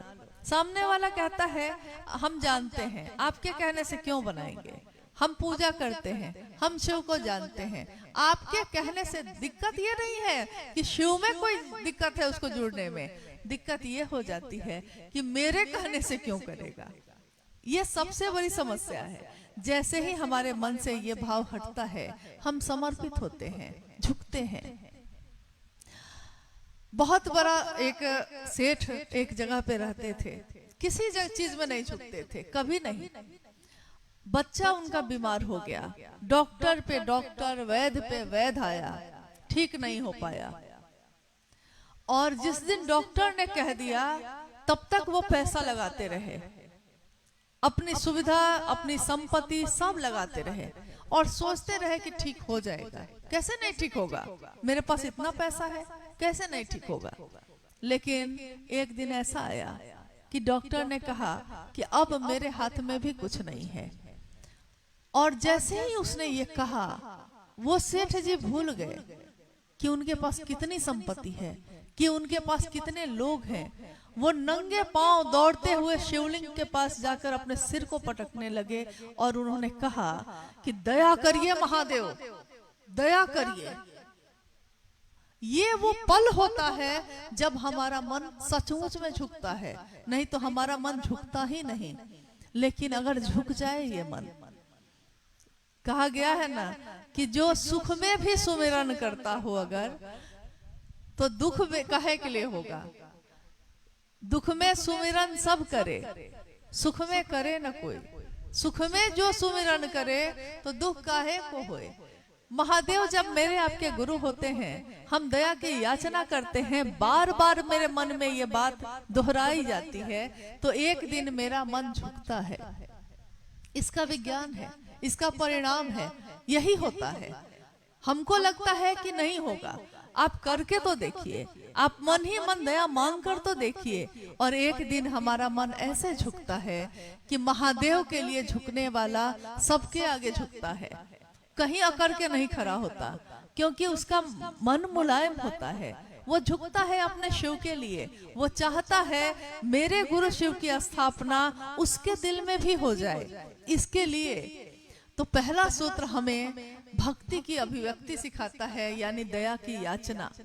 दूसरा सूत्र जिसमें हम भी शिव की बात करते हैं, आप भी अपने गुरु की बात करते हैं, पर चर्चा परिचर्चा, यानी कोई एक बोलता है दूसरा सुनता है, फिर दूसरा बोलता है पहला सुनता है, तो हम सब जो एक दूसरे की बात सुन रहे हैं और बोल रहे हैं, तो हमारा मन भी बार बार कहता है कि शिव मेरे गुरु हैं, और जो सुन रहे हैं उनका मन भी कहता है कि शिव मेरे गुरु हैं। स्टेशन हमको देखा हुआ नहीं है यहाँ का, मैंने किसी से कहा कि स्टेशन पहुंचा दीजिएगा हमको, वो कहता है कि हाँ चलिए पहुंचा देते हैं, और स्टेशन पहुंचाने हमको चला जाता है। बताइए कि हमको स्टेशन पहुंचाने में वो खुद भी पहुंचता है कि नहीं पहुंचता है। शिव की बात करने वाले के साथ भी ऐसा ही होता है, वो बात तो खुद शुरू करता है, लेकिन दूसरे का मन शिव तक पहुंचाने में उसका मन भी शिव तक पहुंच जाता है। बस इतना ही होता है, और हमको पता भी नहीं चलता कि मन कब पहुंच गया। तीसरे सूत्र में हम शिव को नमन करते हैं। महादेव को हमारे नमन की जरूरत नहीं, महादेव को हमारे नमस्कार और प्रणाम की जरूरत नहीं है, लेकिन हमको आपको जरूरत है कि हम अपने गुरु को प्रणाम भी ना करें। जो अपने गुरु को प्रणाम भी नहीं कर सकता, वो शिव का काम क्या करेगा, वो शिव की बात क्या करेगा। और सबसे जरूरी बात है, ये तीनों सूत्र हम कर भी ले, बाहर बाहर ही अगर करते रह गए तो होगा यही कि आपने देखा होगा कि कभी कभी कैसेट बजाते हैं हम, लेकिन अब तो कैसेट का जमाना भी नहीं है, पेन ड्राइव बजाते हैं, चिप लगाते हैं, बजाते हैं हम गाना। कोई दर्द भरा गाना है, मशीन में बज रहा है, दर्द भरा गाना है, उस गाने को सुन के मेरी आंखों में आंसू आ जाते हैं, आपकी आंखों में आंसू आ जाते हैं, सोचते हैं, मन भर जाता है सुन के। बात का प्रभाव है, संगीत का प्रभाव है, शब्द का प्रभाव है, मन भर जाता है, आंखों से आंसू बहने लगते हैं, और हम कहते हैं कितना दर्द भरा गीत है ये। लेकिन क्या उस मशीन के आंखों में भी आंसू आता है क्या? क्योंकि वो मशीन है, बज रहा है, बस बज रहा है, तो उसकी आंखों में कोई आंसू नहीं है, मन में कोई भाव पैदा ही नहीं हुआ, तो आंखों में आंसू आएंगे क्यों? देखिए, ये तीनों सूत्र हम कर भी ले, शिव को गुरु बना भी ले, लेकिन ये मन तक पहुंचेगा ही नहीं अगर, तो यही होगा कि बाहर बाहर ही सब चलता रह जाएगा, तो भाव पैदा होगा ही नहीं। इसके लिए जरूरी है कि हम शिव से दया, पहला सूत्र जो है जरूर करें, शिव से दया मांगे, और ये सोचकर मांगे कि हमको आए या ना आए, लेकिन महादेव हम पे दया कर देना। भाव ही शामिल ना हो तो रिश्ते भी खत्म हो जाते हैं। बहुत सुंदर रिश्ता है मेरा आपका, लेकिन भाव सो गए, अब आप कहाँ और हम कहाँ। यही बात बार बार साहब ने अपनी चर्चाओं में कही, अपनी बात में कही कि ट्रेन वाली दोस्ती मत रखना। अभी हम लोग इस यात्रा में आए हैं तो हम लोग खूब मिल रहे हैं, कुछ गुरु भाई गुरुबान खूब हम लोग के साथ चल रहे हैं, हम लोग लौटेंगे और वो भी अपने घर को लौट जाएंगे शायद, क्या पता उनको याद होगा कि नहीं कि इसके बाद भी शिव मेरे गुरु हैं, मेरे भी और उनके भी। और हमारे आपके ऊपर इसकी बहुत जिम्मेदारी है कि हम सब अपने जगत के रिश्तों के लिए कुछ ना कुछ करते हैं, लेकिन अपने गुरु शिव के लिए हम क्या करते हैं?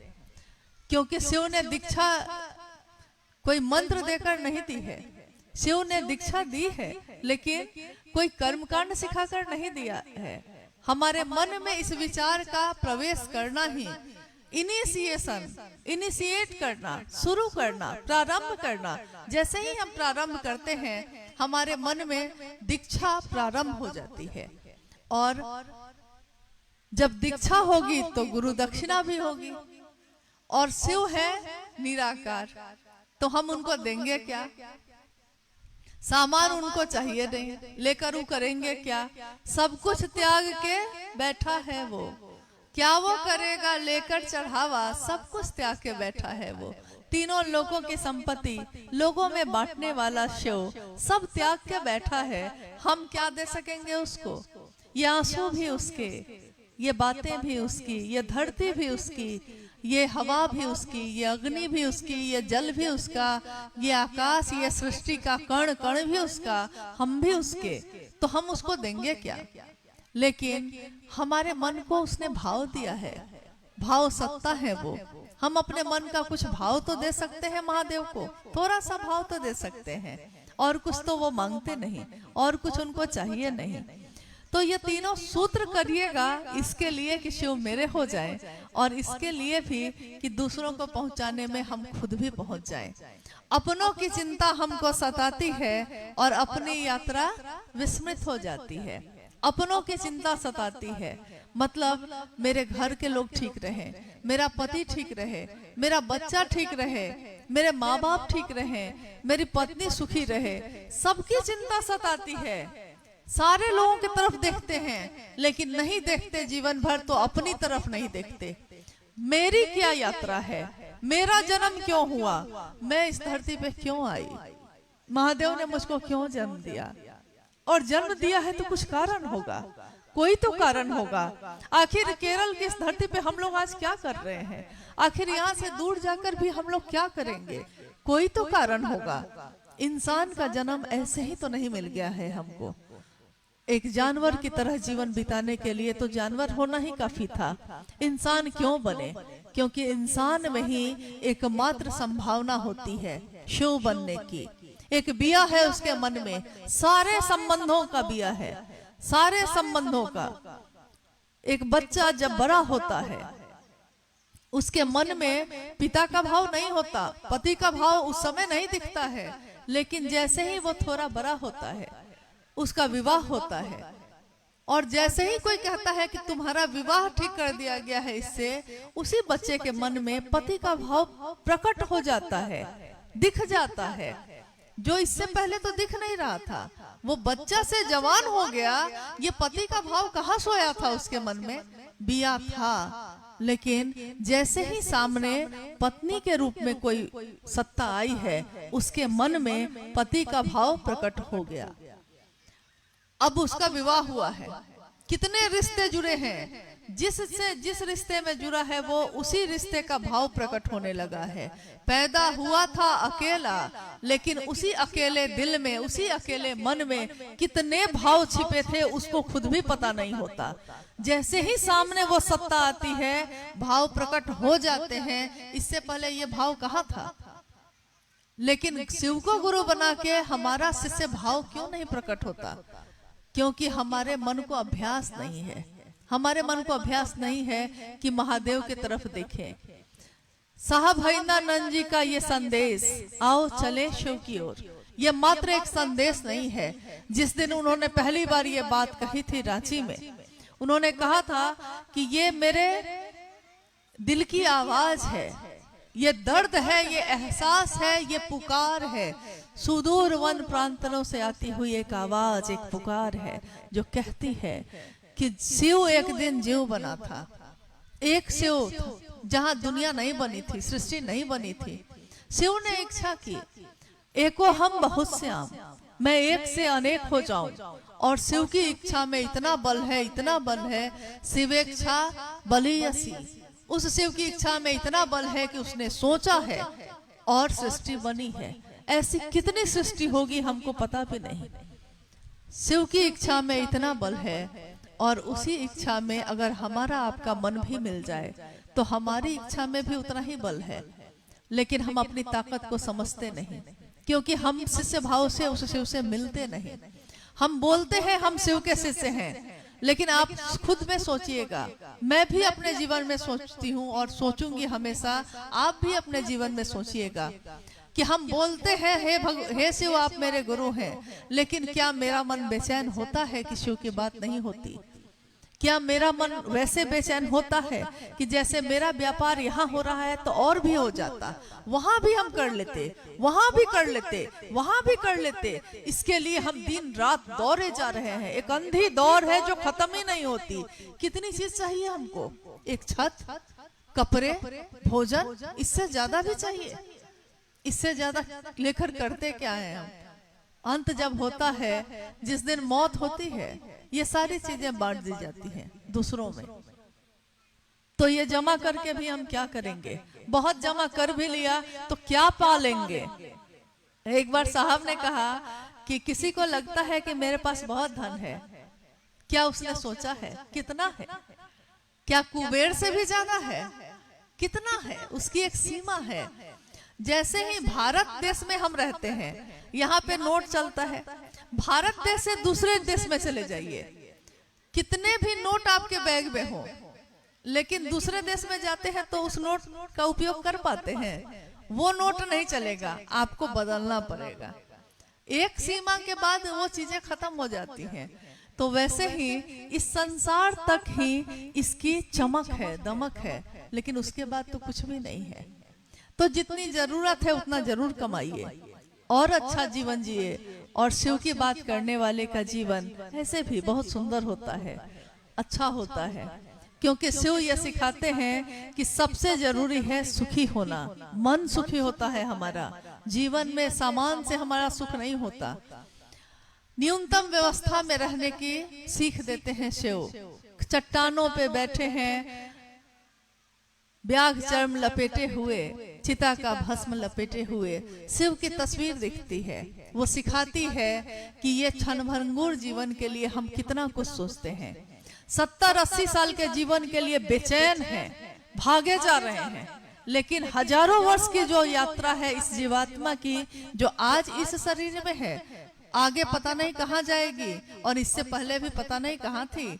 उसकी कोई सोच नहीं है, उसके लिए कुछ सोच नहीं रहे हैं, और धरती के रिश्तों के लिए मरे जा रहे हैं। करिए जरूर, ये भी महादेव की दया है कि परिवार है, बच्चा है, संपत्ति है, लोग हैं, करिए। लेकिन सबके लिए करते करते महादेव को न भूल जाए हम। महादेव ने दिया ही दिया है, अगर वो ना देता तो आज हम आप कहाँ होते। महादेव ने दिया ही दिया है। महादेव की दुनिया में हम आप रहते हैं, लेकिन हमारी दुनिया में वो महादेव कहाँ रहता है, कितनी देर रहता है, कितनी देर ठहरता है। शिव की दुनिया में हम रहते हैं, शिव मेरी दुनिया में कितनी देर रहता है। मेरी दुनिया में और सारी चीजें रहती हैं, शिव थोड़ी देर के लिए रहता है, इससे ज्यादा नहीं। तो आज का ये जो कार्यक्रम है, अच्छा, मुझे लगा शायद यहाँ जिज्ञासा नहीं होगी, लेकिन कुछ क्वेश्चन, कुछ जिज्ञासा आई है। आइए हम लोग उस पर बात कर लेते हैं। समय की भी बाध्यता है। मैंने अभी कहा हर चीज की एक सीमा है, उसके बाद वो सीमा खत्म हो जाती है, फिर आप भी चले जाएंगे, हम भी चले जाएंगे। और क्या पता ये समा, ये जगह, ये बात, ये लोग, ये हम, ये आप सब उस समय होंगे कि ना होंगे, कोई नहीं जानता, क्योंकि ये सृष्टि पल पल बदल रही है, बहुत तेजी से बदल रही है। और इस सृष्टि के साथ सारी चीजें बदल रही हैं, हर क्षण बदल रही हैं। इतनी तेजी से बदलती सृष्टि में हमारा मन शिव को याद किए रह जाए, ये मामूली बात नहीं है। आइए हम किसी जिज्ञासा पे भी बात कर लेते हैं। जी, स्थानीय गुरु भाई गुरु बहनों की जिज्ञासा है, कल्याण मूर्ति शिव को अपना गुरु कैसे समझें? कृपया बताने की कृपा कीजिए। कल्याण मूर्ति शिव को अपना गुरु समझने का कैसे करें, कैसे समझें कि वो मेरे अपने गुरु हैं? हाँ, देखिए अभी हम लोगों ने इसी पे बात की। कल्याण यानी शुभ हो हमारा, कल्याण हो हमारा, वो शिव कल्याण की मूर्ति है। और कल्याण की मूर्ति शिव जब है ही, तो जिज्ञासा यही है कि तब उनको अपना गुरु कैसे समझे। देखिए एक ही क्षण में, एक ही समय में, जिस तरह हमारे आपके भी अनेक रूप हैं, और जो जिस रूप से जुड़ता है उसको उसी का लाभ मिलता है। आप एक पुरुष हैं अगर, और आप एक ही समय में किसी के पुत्र, किसी के पिता, किसी के पति, किसी के भाई, एक ही समय में हैं कि नहीं? एक ही समय में पत्नी बुलाती है तो पति के भाव से उत्तर देते हैं, बच्चा बुलाता है तो पिता के भाव से उत्तर देते हैं, माँ ने बुलाया है बउआ इन्हें आवा तो माँ को पुत्र के भाव से उत्तर देते हैं। एक ही समय में हम कहते हैं आवता नहीं माई, एक ही समय में कहते हैं हाँ कहो क्या कहती हो, एक ही समय में कहते हैं हाँ बेटा बोलो तुम भी बोलो। देखिए एक ही समय में एक मतलब पुरुष या स्त्री, एक जीव के अंदर जिस तरह अनेक सत्ताएं हैं और जो जिस सत्ता से जुड़ता है, आपके जिस रूप से जुड़ा है, आप उसी रूप का लाभ उसको देते हैं उसी समय। ठीक वैसे कल्याण की मूर्ति शिव, सुंदर मूर्ति शिव, विश्व मूर्ति शिव, करुणावतारम शिव, जगत गुरु शिव। शिव के अनेक रूप हैं। इस जगत के लोग जिस भी रूप से उनसे जुड़े, शिव ने उसी रूप का परिणाम उनको वापस दिया। तो जब हम शिष्य भाव से जुड़ेंगे तो वो हमको ज्ञान देंगे। अब हम कहेंगे कि ज्ञान मतलब क्या? क्या जो शास्त्र है, क्या जो किताबें हैं, या पुराण है, या वेद है? जब पुराण भी नहीं था, जब वेद भी नहीं लिखे गए थे, शिव तो उससे भी परे की सत्ता है। यानी शिव ज्ञान देते हैं तो शास्त्र आरेखित होते हैं, तो शास्त्र लिखे जाते हैं। शिव ज्ञान देते हैं तब किसी के मन में उनका ज्ञान उतरता है। आज साहब हरिंद्रानंद जी का नाम लेते हैं हम। शिव शिष्यता की बात जब भी इस दुनिया में आज हो रही है, या आने वाले मनमंत्रों तक होती रहेगी। जिसने शिव के शिष्य के रूप में जुड़ने का आवाहन किया है, जिसने कहा है कि हाँ तुम्हारे गुरु भी शिव हो सकते हैं, उन साहब श्री हरिंद्रानंद जी का नाम भी शिव की शिष्यता की मूल धारा के साथ हजारों वर्षों तक चलती रहेगी। हम न होंगे, आप न होंगे, आने वाले लोग होंगे और सुंदर शिव की बात करने वाले होंगे और सुंदर शिव की बात सुनने वाले लोग होंगे। ये सिलसिला खत्म नहीं होगा। क्या ज्ञान देंगे वो? शिव ज्ञान ना दे तो हम एक कदम चल ना होगा। शिव ज्ञान ना दे तो हमारा दिल धड़कता है, लेकिन हमारा दिमाग जो अगले पल सोचेगा, मेरा दिमाग है, मेरे ही शरीर में रहता है, अगले पल क्या सोचेगा हम नहीं जानते। मेरा ही दिल है, मेरे ही शरीर में रहता है। आज जिसको प्रेम करते हैं, अगले ही क्षण कोई तीसरा आके कहता है कि उसने आपके बारे में ऐसा कहा है, और मेरा मन उससे नफरत कर बैठता है। अभी अभी तो उससे प्यार कर रहे थे, अभी अभी इसी दिल से उसको प्यार कर रहे थे, और अभी अभी दिल में घृणा पैदा हो गई। ये आपके नियंत्रण में है, मेरे नियंत्रण में है कि मेरा दिल क्या समझेगा और मेरा दिमाग क्या समझेगा। यानी हमारे ही नहीं, करोड़ों, लाखों, हजारों करोड़ लोगों के रूप में जितनी भी जीवात्माएं हैं, वो संचारित हैं कहीं और से, उनका नियंत्रण है कहीं और। हम कहते भले हैं कि हम हैं और आप हैं, तो कल्याण रूप तो वो हैं, लेकिन शिष्य बनकर अगर हमारा मन उनसे ज्ञान ले सकता है तो ये सबसे सुंदर रास्ता है। और एक बात और है, शिव से भक्ति मार्ग से जुड़ना बड़ा कठिन है, क्योंकि मंत्र का जप करना होगा। अभी मंत्र का जप करने बैठते हैं, मन जैसे ही आंखें बंद की हैं, मंत्र का जप शुरू किया है कि मन कहीं और भटक कर चला गया, तो तुरंत मन हट गया मंत्र से। अब मंत्र में हर देवता का वास होता है, जिसका मंत्र है उस देवता का उसमें चैतन्य है, वास है। तो मेरा मन जब उस मंत्र में टिक ही नहीं रहा है, तो उस देवता से या उस देवी से, भगवती से या स्वयं शिव से हमारा मन जब टिकता ही नहीं है, तो हम उनसे सानिध्य प्राप्त करेंगे कैसे, हम मिलेंगे कैसे? लेकिन ये तीन सूत्र साहब के जीवन के घटित घटनाओं के का निचोड़ है। ये तीनों हमारे मन को एक अद्भुत ध्यान की विधि में ले जाता है। अभी जो हम बात कर रहे हैं, अगर मेरा मन पूरी तरह शिव के ध्यान में ना हो, तो मैं आपसे ना बात कर सकूं, आप मुझसे ना बात कर सकिए। मैं आपकी बात नहीं सुन सकती हूँ, आप भी मेरी बात नहीं सुन सकते। कितनी भी अच्छी बात यहाँ से हो रही हो, अगर आपका मन यहाँ एकाग्र नहीं होगा, आपके मन में यह बात जा पाएगी, प्रवेश करेगी? कितनी बार आपने देखा होगा कि हम लोग दो आदमी बैठ के बात कर रहे हैं, और अचानक हम देख रहे हैं उसी की तरफ, वो बोल रहा है मुझसे अपनी बात, और थोड़ी देर बाद हम कहते हैं उसको कि क्या बोल रहे थे अभी। सामने वाला व्यक्ति बुरा मान जाता है, उसको लगता है कि अभी तो बोले हैं आपको। तो हम उसको कहते हैं अरे मेरा मन कहीं चला गया था, मेरा ध्यान कहीं चला गया था। यानी शरीर में सामने रह के भी अगर मन कहीं और चला जाए तो कोई भी अच्छी से अच्छी चीज हो प्रवेश नहीं करेगी। इसलिए मन का वहां रहना बहुत जरूरी है। और पहला सूत्र, मन ही मन शिव से दया की याचना। दूसरा सूत्र, स्वयं और समूह के लिए शिव की बात करना। तीसरा सूत्र, शिव को एक निष्ठ होकर प्रणाम करना। ये तीनों सूत्र हमारे मन को शिव की दया की परिधि में लेके जाता है। और जब मेरा मन उस परिधि, उस घेरे में आता है, तो वो शिव खुद ही हमको अपनी तरफ खींच लेते हैं।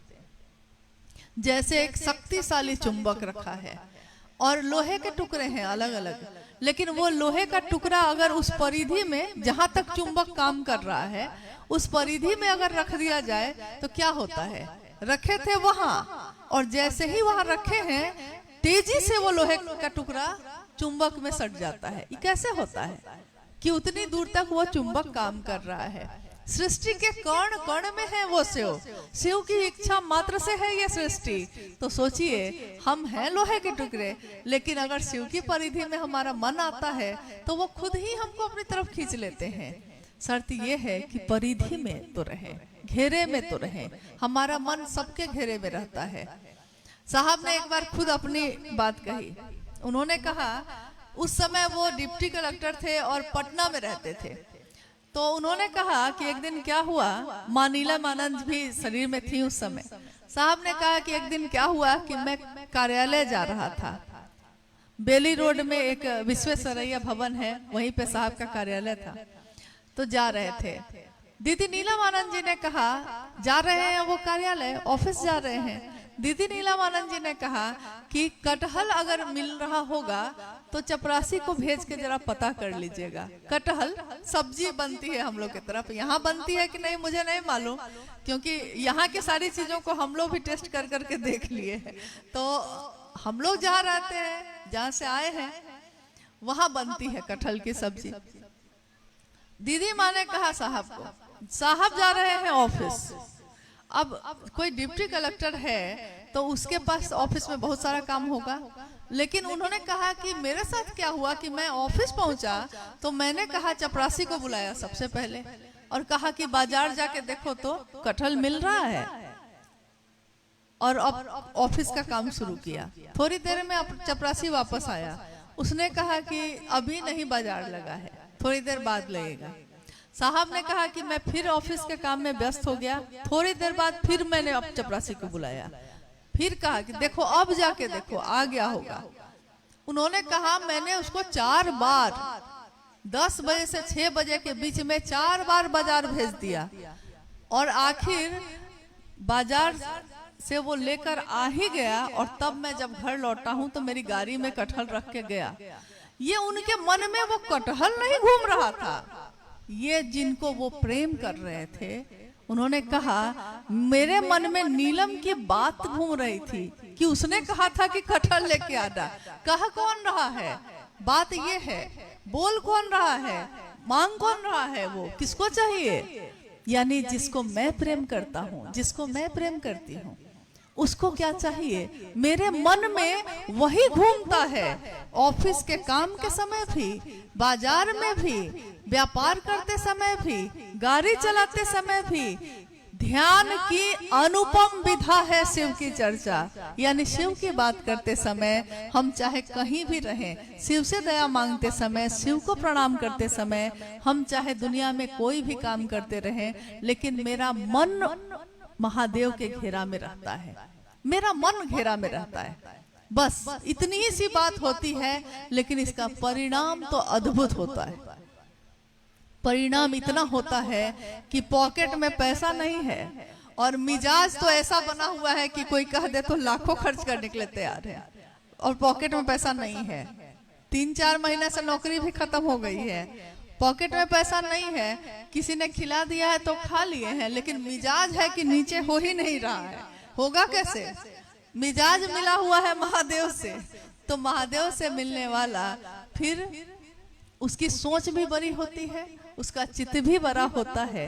उदार चित्त वाले के लिए, विराट चित्त वाले के लिए संपूर्ण धरती ही उसका परिवार होती है। सारे लोग उसका परिवार होते हैं, अपने होते हैं, मेरा बंधु है। नहीं तो ये कोई नहीं कहता कि ये मेरा है और ये मेरा नहीं है। शिव के शिष्य ऐसा नहीं कह सकते, क्योंकि वो शिव के शिष्य हैं। तो आइए हम, और अगर कोई जिज्ञासा है तो उस पर भी बात कर लें।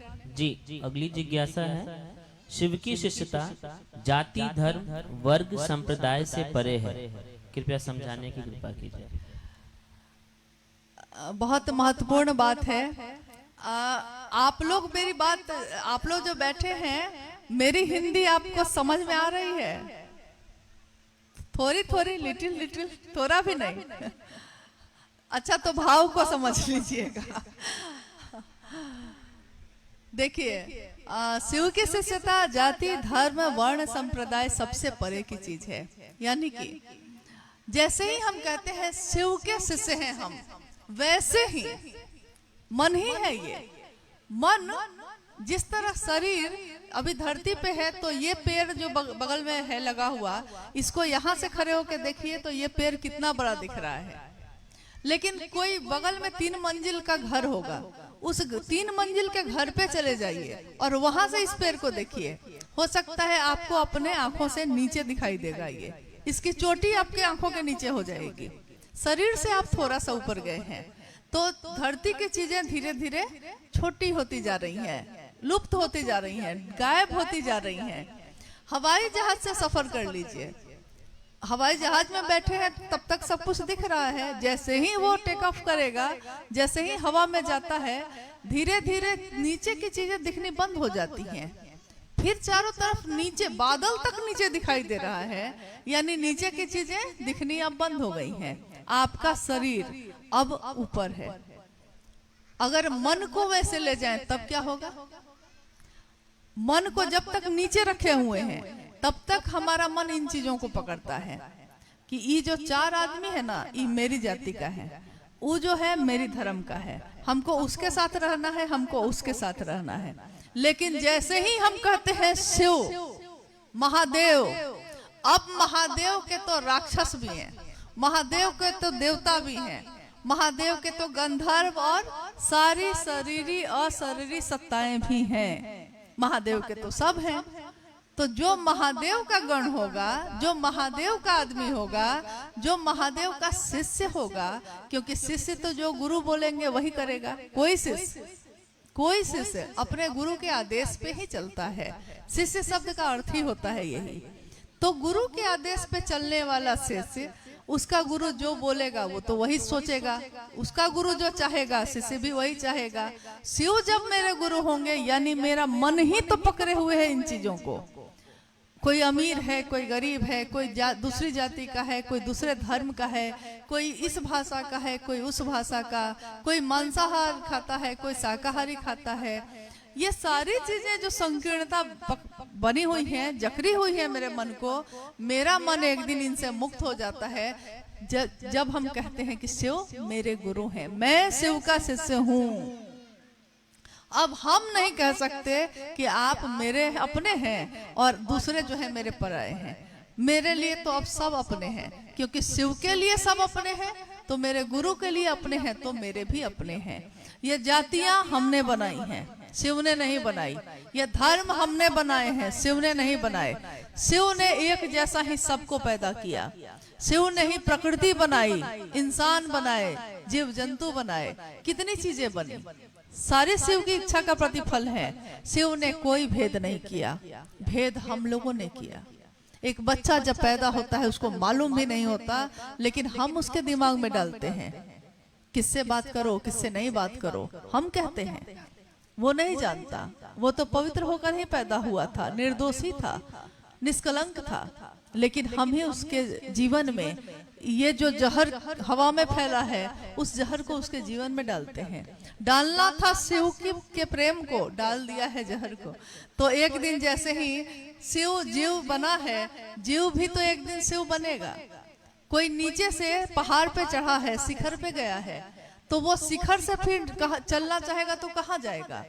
अगर कोई चोटी पे चला गया है और फिर चलना चाहता है तो वो उतरेगा, क्योंकि अब शिखर से चलने के लिए तो उसको नीचे उतरना होगा। तो एक दिन शिव जीव बना और अब जीव शिव बनने की प्रक्रिया में है। तो हम चलते हैं और कहते हैं कि शिव मेरे हैं, तो इनसे कोई फर्क नहीं पड़ता कि कौन क्या है, हमको याद भी नहीं आता। और आपको भी, आपकी भी अनुभूति यही होगी कि जब भी आपने महादेव की बात की होगी, एक जगह बैठे होंगे तो एक थाली में ही खाया होगा, एक गिलास में, एक बोतल में ही सबने पानी पी लिया होगा, एक जगह बिछा के बैठ गए होंगे। मन में ये आता ही नहीं है, क्या किया जाए? क्योंकि मन से ये सारी संकीर्णता, जितने भी तरह के भेद हैं, जितने भी तरह की संकीर्णता है, कपूर की भांति तिरोहित हो जाती हैं, उड़ जाती हैं, खुद उड़ जाती हैं। हम इसके लिए कोई प्रयास नहीं करते।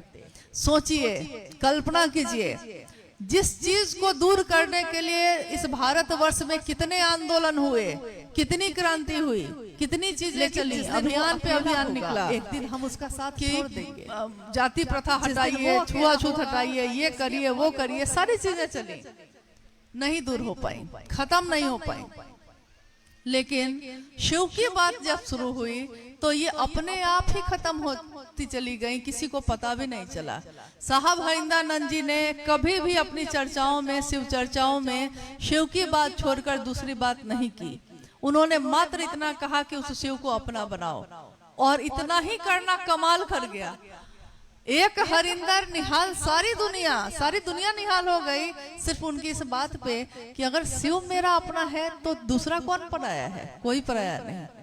हाँ, जिसके साथ मन अच्छा लगता है रहिए, जिसके साथ नहीं रहता है, मन करता है नहीं रहिए, लेकिन दुश्मन यहाँ कोई नहीं है। सब आपके मन में तो उसके लिए शुभ होगा।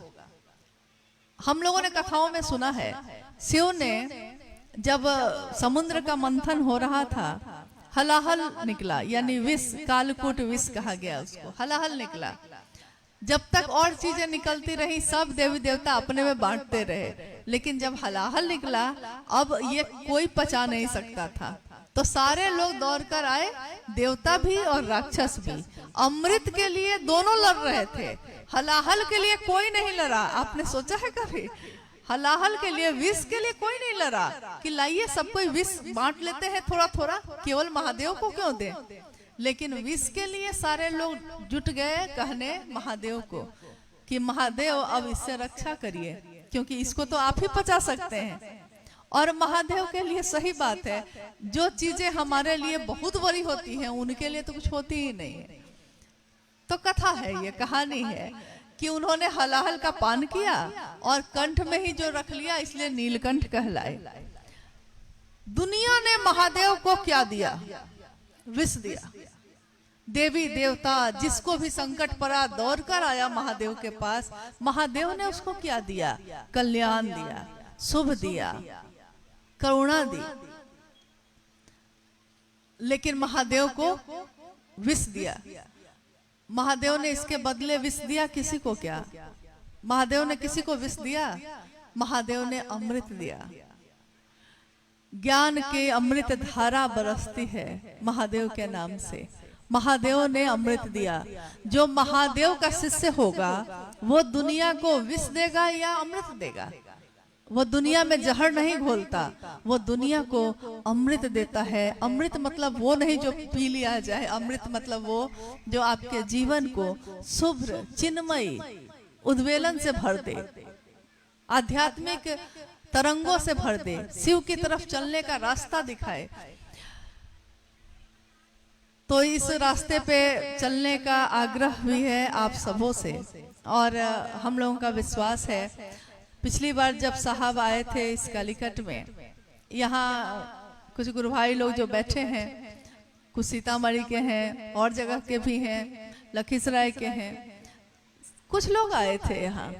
कोई एक आता है, शिव की बात फैलाता है, लोगों तक पहुंचाता है, लेकिन एक दिन ये दुनिया बदलती है, फिर से शिव की तरफ चलती है। शिव की तरफ से चले थे तो सब एक थे, फिर दुनिया में आके बट गए अलग अलग चीजों में।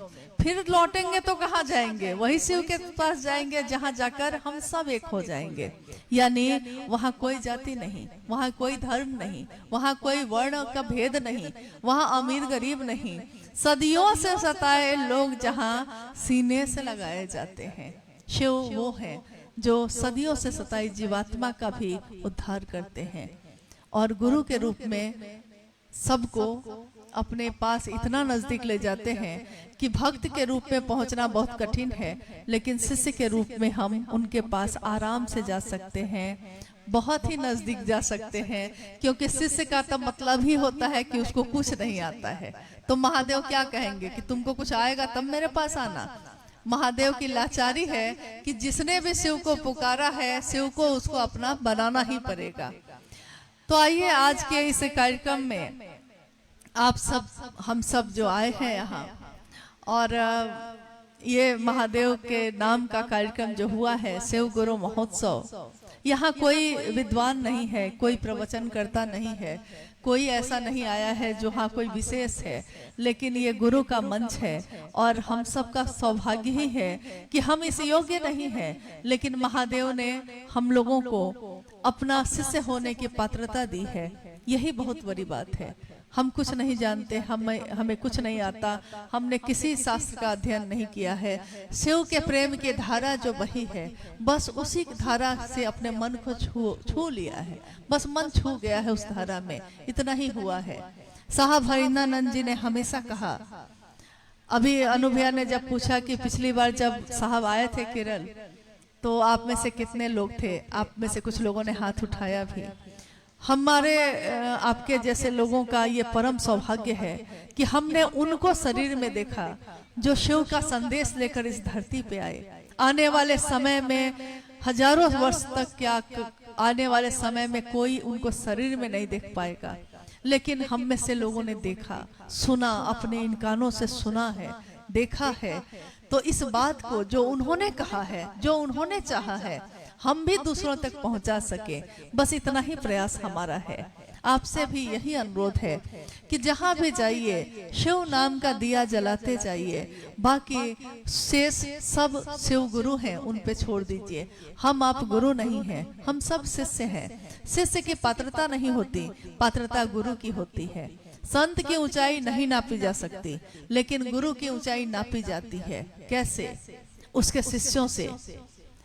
अगर कोई शरीरधारी गुरु है और उसके शिष्य जाते हैं तो दुनिया के लोग कहते हैं कि देखो वो जो जा रहे हैं उस गुरु के शिष्य जा रहे हैं।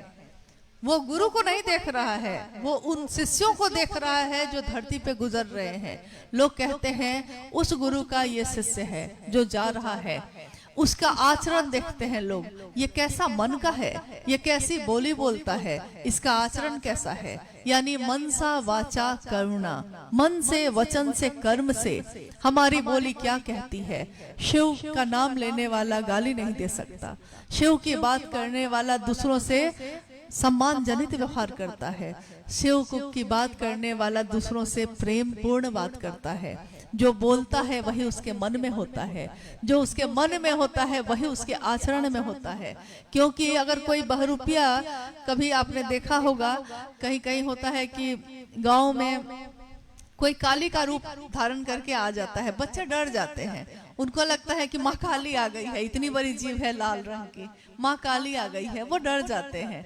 लेकिन कुछ देर के बाद जब वो अपने चेहरे से जो बाल है, चेहरा का मुखौटा है, उतार के रखने लगता है, वही बच्चा देख के कहता है अच्छा इसने मुखौटा चढ़ाया था, ये काली माँ नहीं है, ये मुखौटा चढ़ाया था इसने। वो समझ जाता है। तो किसी का आचरण, किसी की बोली, किसी का मन, ये थोड़ी देर में नहीं बदलता, ये रहता है तो अस्थाई ही रहता है। ऐसा नहीं होता कि दूसरों को दिखाने के लिए हम कुछ और बोलें और फिर अपने जीवन में लौट के कुछ और बोलें, ऐसा नहीं होता। शिव के शिष्य जहाँ दिखते हैं तब भी, नहीं दिखते हैं तब भी शिव जैसा ही सोचते हैं, जैसा हमारा गुरु सोचते हैं हम भी वही सोचते हैं। शेष जीवन है, जीवन जीना है, परिवार भी चलाना है। जगत मिला है तो जगत महादेव का दिया हुआ है, महादेव ने दिया है तो जगत में रहेंगे भी, भोगेंगे भी, भोगेंगे, भुक्त नहीं होंगे। दोनों में बड़ा अंतर है।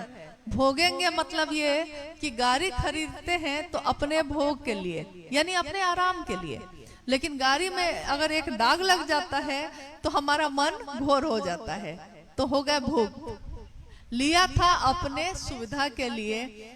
जीवन में जो चीजें मिलती हैं जरूर भोग करिए, लेकिन ऐसे भोग करिए जैसे किसी गेस्ट हाउस में जाके आप निकल जाते हैं, क्योंकि आपको पता है ना कि 2 दिन ही रहना है, तो कहाँ उसकी परवाह में आप अपने जीवन को घोर करते हैं। देखिए इसी बात पे अब तो समय भी हो रहा है और हम लोग भी अब चलेंगे। साहब ने कहा कि उनके पिताजी ने, साहब ने अपने जीवन की घटनाओं को ही हमेशा लोगों को सुनाया, समझाया, ताकि उससे हम बहुत चीजें सीख सकें। साहब के पिताजी यानी हम लोग के दादाजी, उन्होंने मुजफ्फरपुर एक जिला है, वहां एक घर बनवाया था। साहब उस समय रहते थे पटना में। तो साहब के पिताजी उनके पास आए पटना, और रात हो गई तो साहब ने कहा कि बाबूजी अब कहाँ जाइएगा, रह जाइए हैं, कहाँ जाए हम लौट के। तो बाबूजी रह गए। रात होते होते, अब रात हो रही है, तब तक तेज बारिश होने लगी, बहुत तेज बारिश होने लगी। अब बाबूजी जो है वो तैयार हो गए उसी समय जाने के लिए। साहब कह रहे हैं कि अरे इतनी रात हो रही है, अब मुजफ्फरपुर क्यों जाइएगा आप? लेकिन वो कह रहे हैं कि हमरा जाए के परी। काहे भाई, काहे जाए के परी? खिड़की सब खुलल बा, घर की खिड़कियां खुली हुई हैं, तो सारा गद्दा भीग जाएगा। घर बनाए थे अपने सुख के लिए, लेकिन देखिए वहां से मुजफ्फरपुर से पटना आके भी वो आराम से नहीं रह सके। वो गाड़ी पकड़कर चले ही गए मुजफ्फरपुर। उसी समय साहब ने कहा भोगने के लिए बनाया था वो घर, जिस दिन इस शरीर छूटेगा कहाँ रहेगा वो घर। भोगने के लिए बनाया था, खुद ही भुक्त हो गए। शिव कैसे से भोगते हैं लेकिन भुक्त नहीं होते हैं। इस चिंता में नहीं रहते हैं कि हाँ ये मेरे लिए रहे, उसकी चिंता में हम नहीं है, वो मेरी चिंता में रहे तो ठीक है। तो मेरे गुरु शिव आपके, मेरे सबके गुरु शिव हो जाएं। हम सबका जीवन शिवमय हो, सुखमय हो, कल्याण और करुणा की धारा बहे उसमें, और शिष्यता का भाव ऐसा भरे, शिष्य भाव जागे तो जरा शिव का ध्यान हो जाता है। शिष्य भाव दिल में, हृदय में अगर भर जाए तो महादेव का ही ध्यान होगा। जिसका भाव भरेगा उसी का तो ध्यान होता है। तो चाहे जहाँ रहिए, प्रकृति देखिए, घूमिए फिरिए, खाइए पीजिए, खुश रहिए, लेकिन शिव के साथ रहिए। शिव के साथ ये जिंदगी, इस जिंदगी की दशा और दिशा कितनी सुंदर होगी, इसकी कल्पना हम नहीं करते, लेकिन उसके साथ ले लीजिएगा तो उतनी ही सुंदर होगी। हमारा आना सफल हो, आपका ये कार्यक्रम करना सफल हो, क्योंकि आपने कितनी मेहनत की होगी इसकी कल्पना हम लोग नहीं कर सकते। जहाँ पे उपजाऊ जमीन है वहाँ तो कोई जाके खेती कर लेता है, जहाँ शिव से जुड़ाव होकर भी न है वहाँ जाकर बिया छींटना, पौधे बनाकर सींच लेना, ये मामूली बात नहीं है। मेरे गुरु शिव, आपके गुरु शिव हम सबको ये सामर्थ्य दें, ये ताकत दें कि हम उनके काम को धरती के कोने कोने तक पहुंचा सके। साहब हरिंदरानंद जी, दीदी नीलम आनंद जी की दया आशीर्वाद ऐसा हो हम सभी शिव शिष्य पर, और जो कि है, जो कि हमारे साथ आपके साथ है, वो लगातार है। मनसा क्या है हमारी, ये पहले स्पष्ट कर दीजिए। मनसा अगर ये है कि शिव की बात दूर दूर तक पहुंचा देंगे, पहुंचा देंगे, हम जाएं या ना जाएं। फोन से पहुंचा सकते हैं तो फोन से ही पहुंचाएंगे। अच्छी बात जो मेरे जीवन है दूसरों के जीवन में भी वो जाए, बस इतना हम कर लें, इसी की कामना है, इसी की प्रार्थना है आप सभी से। हम सबका जीवन शिवमय हो। आप सभी के जीवन में, आप सबके चरणों में मेरा प्रणाम।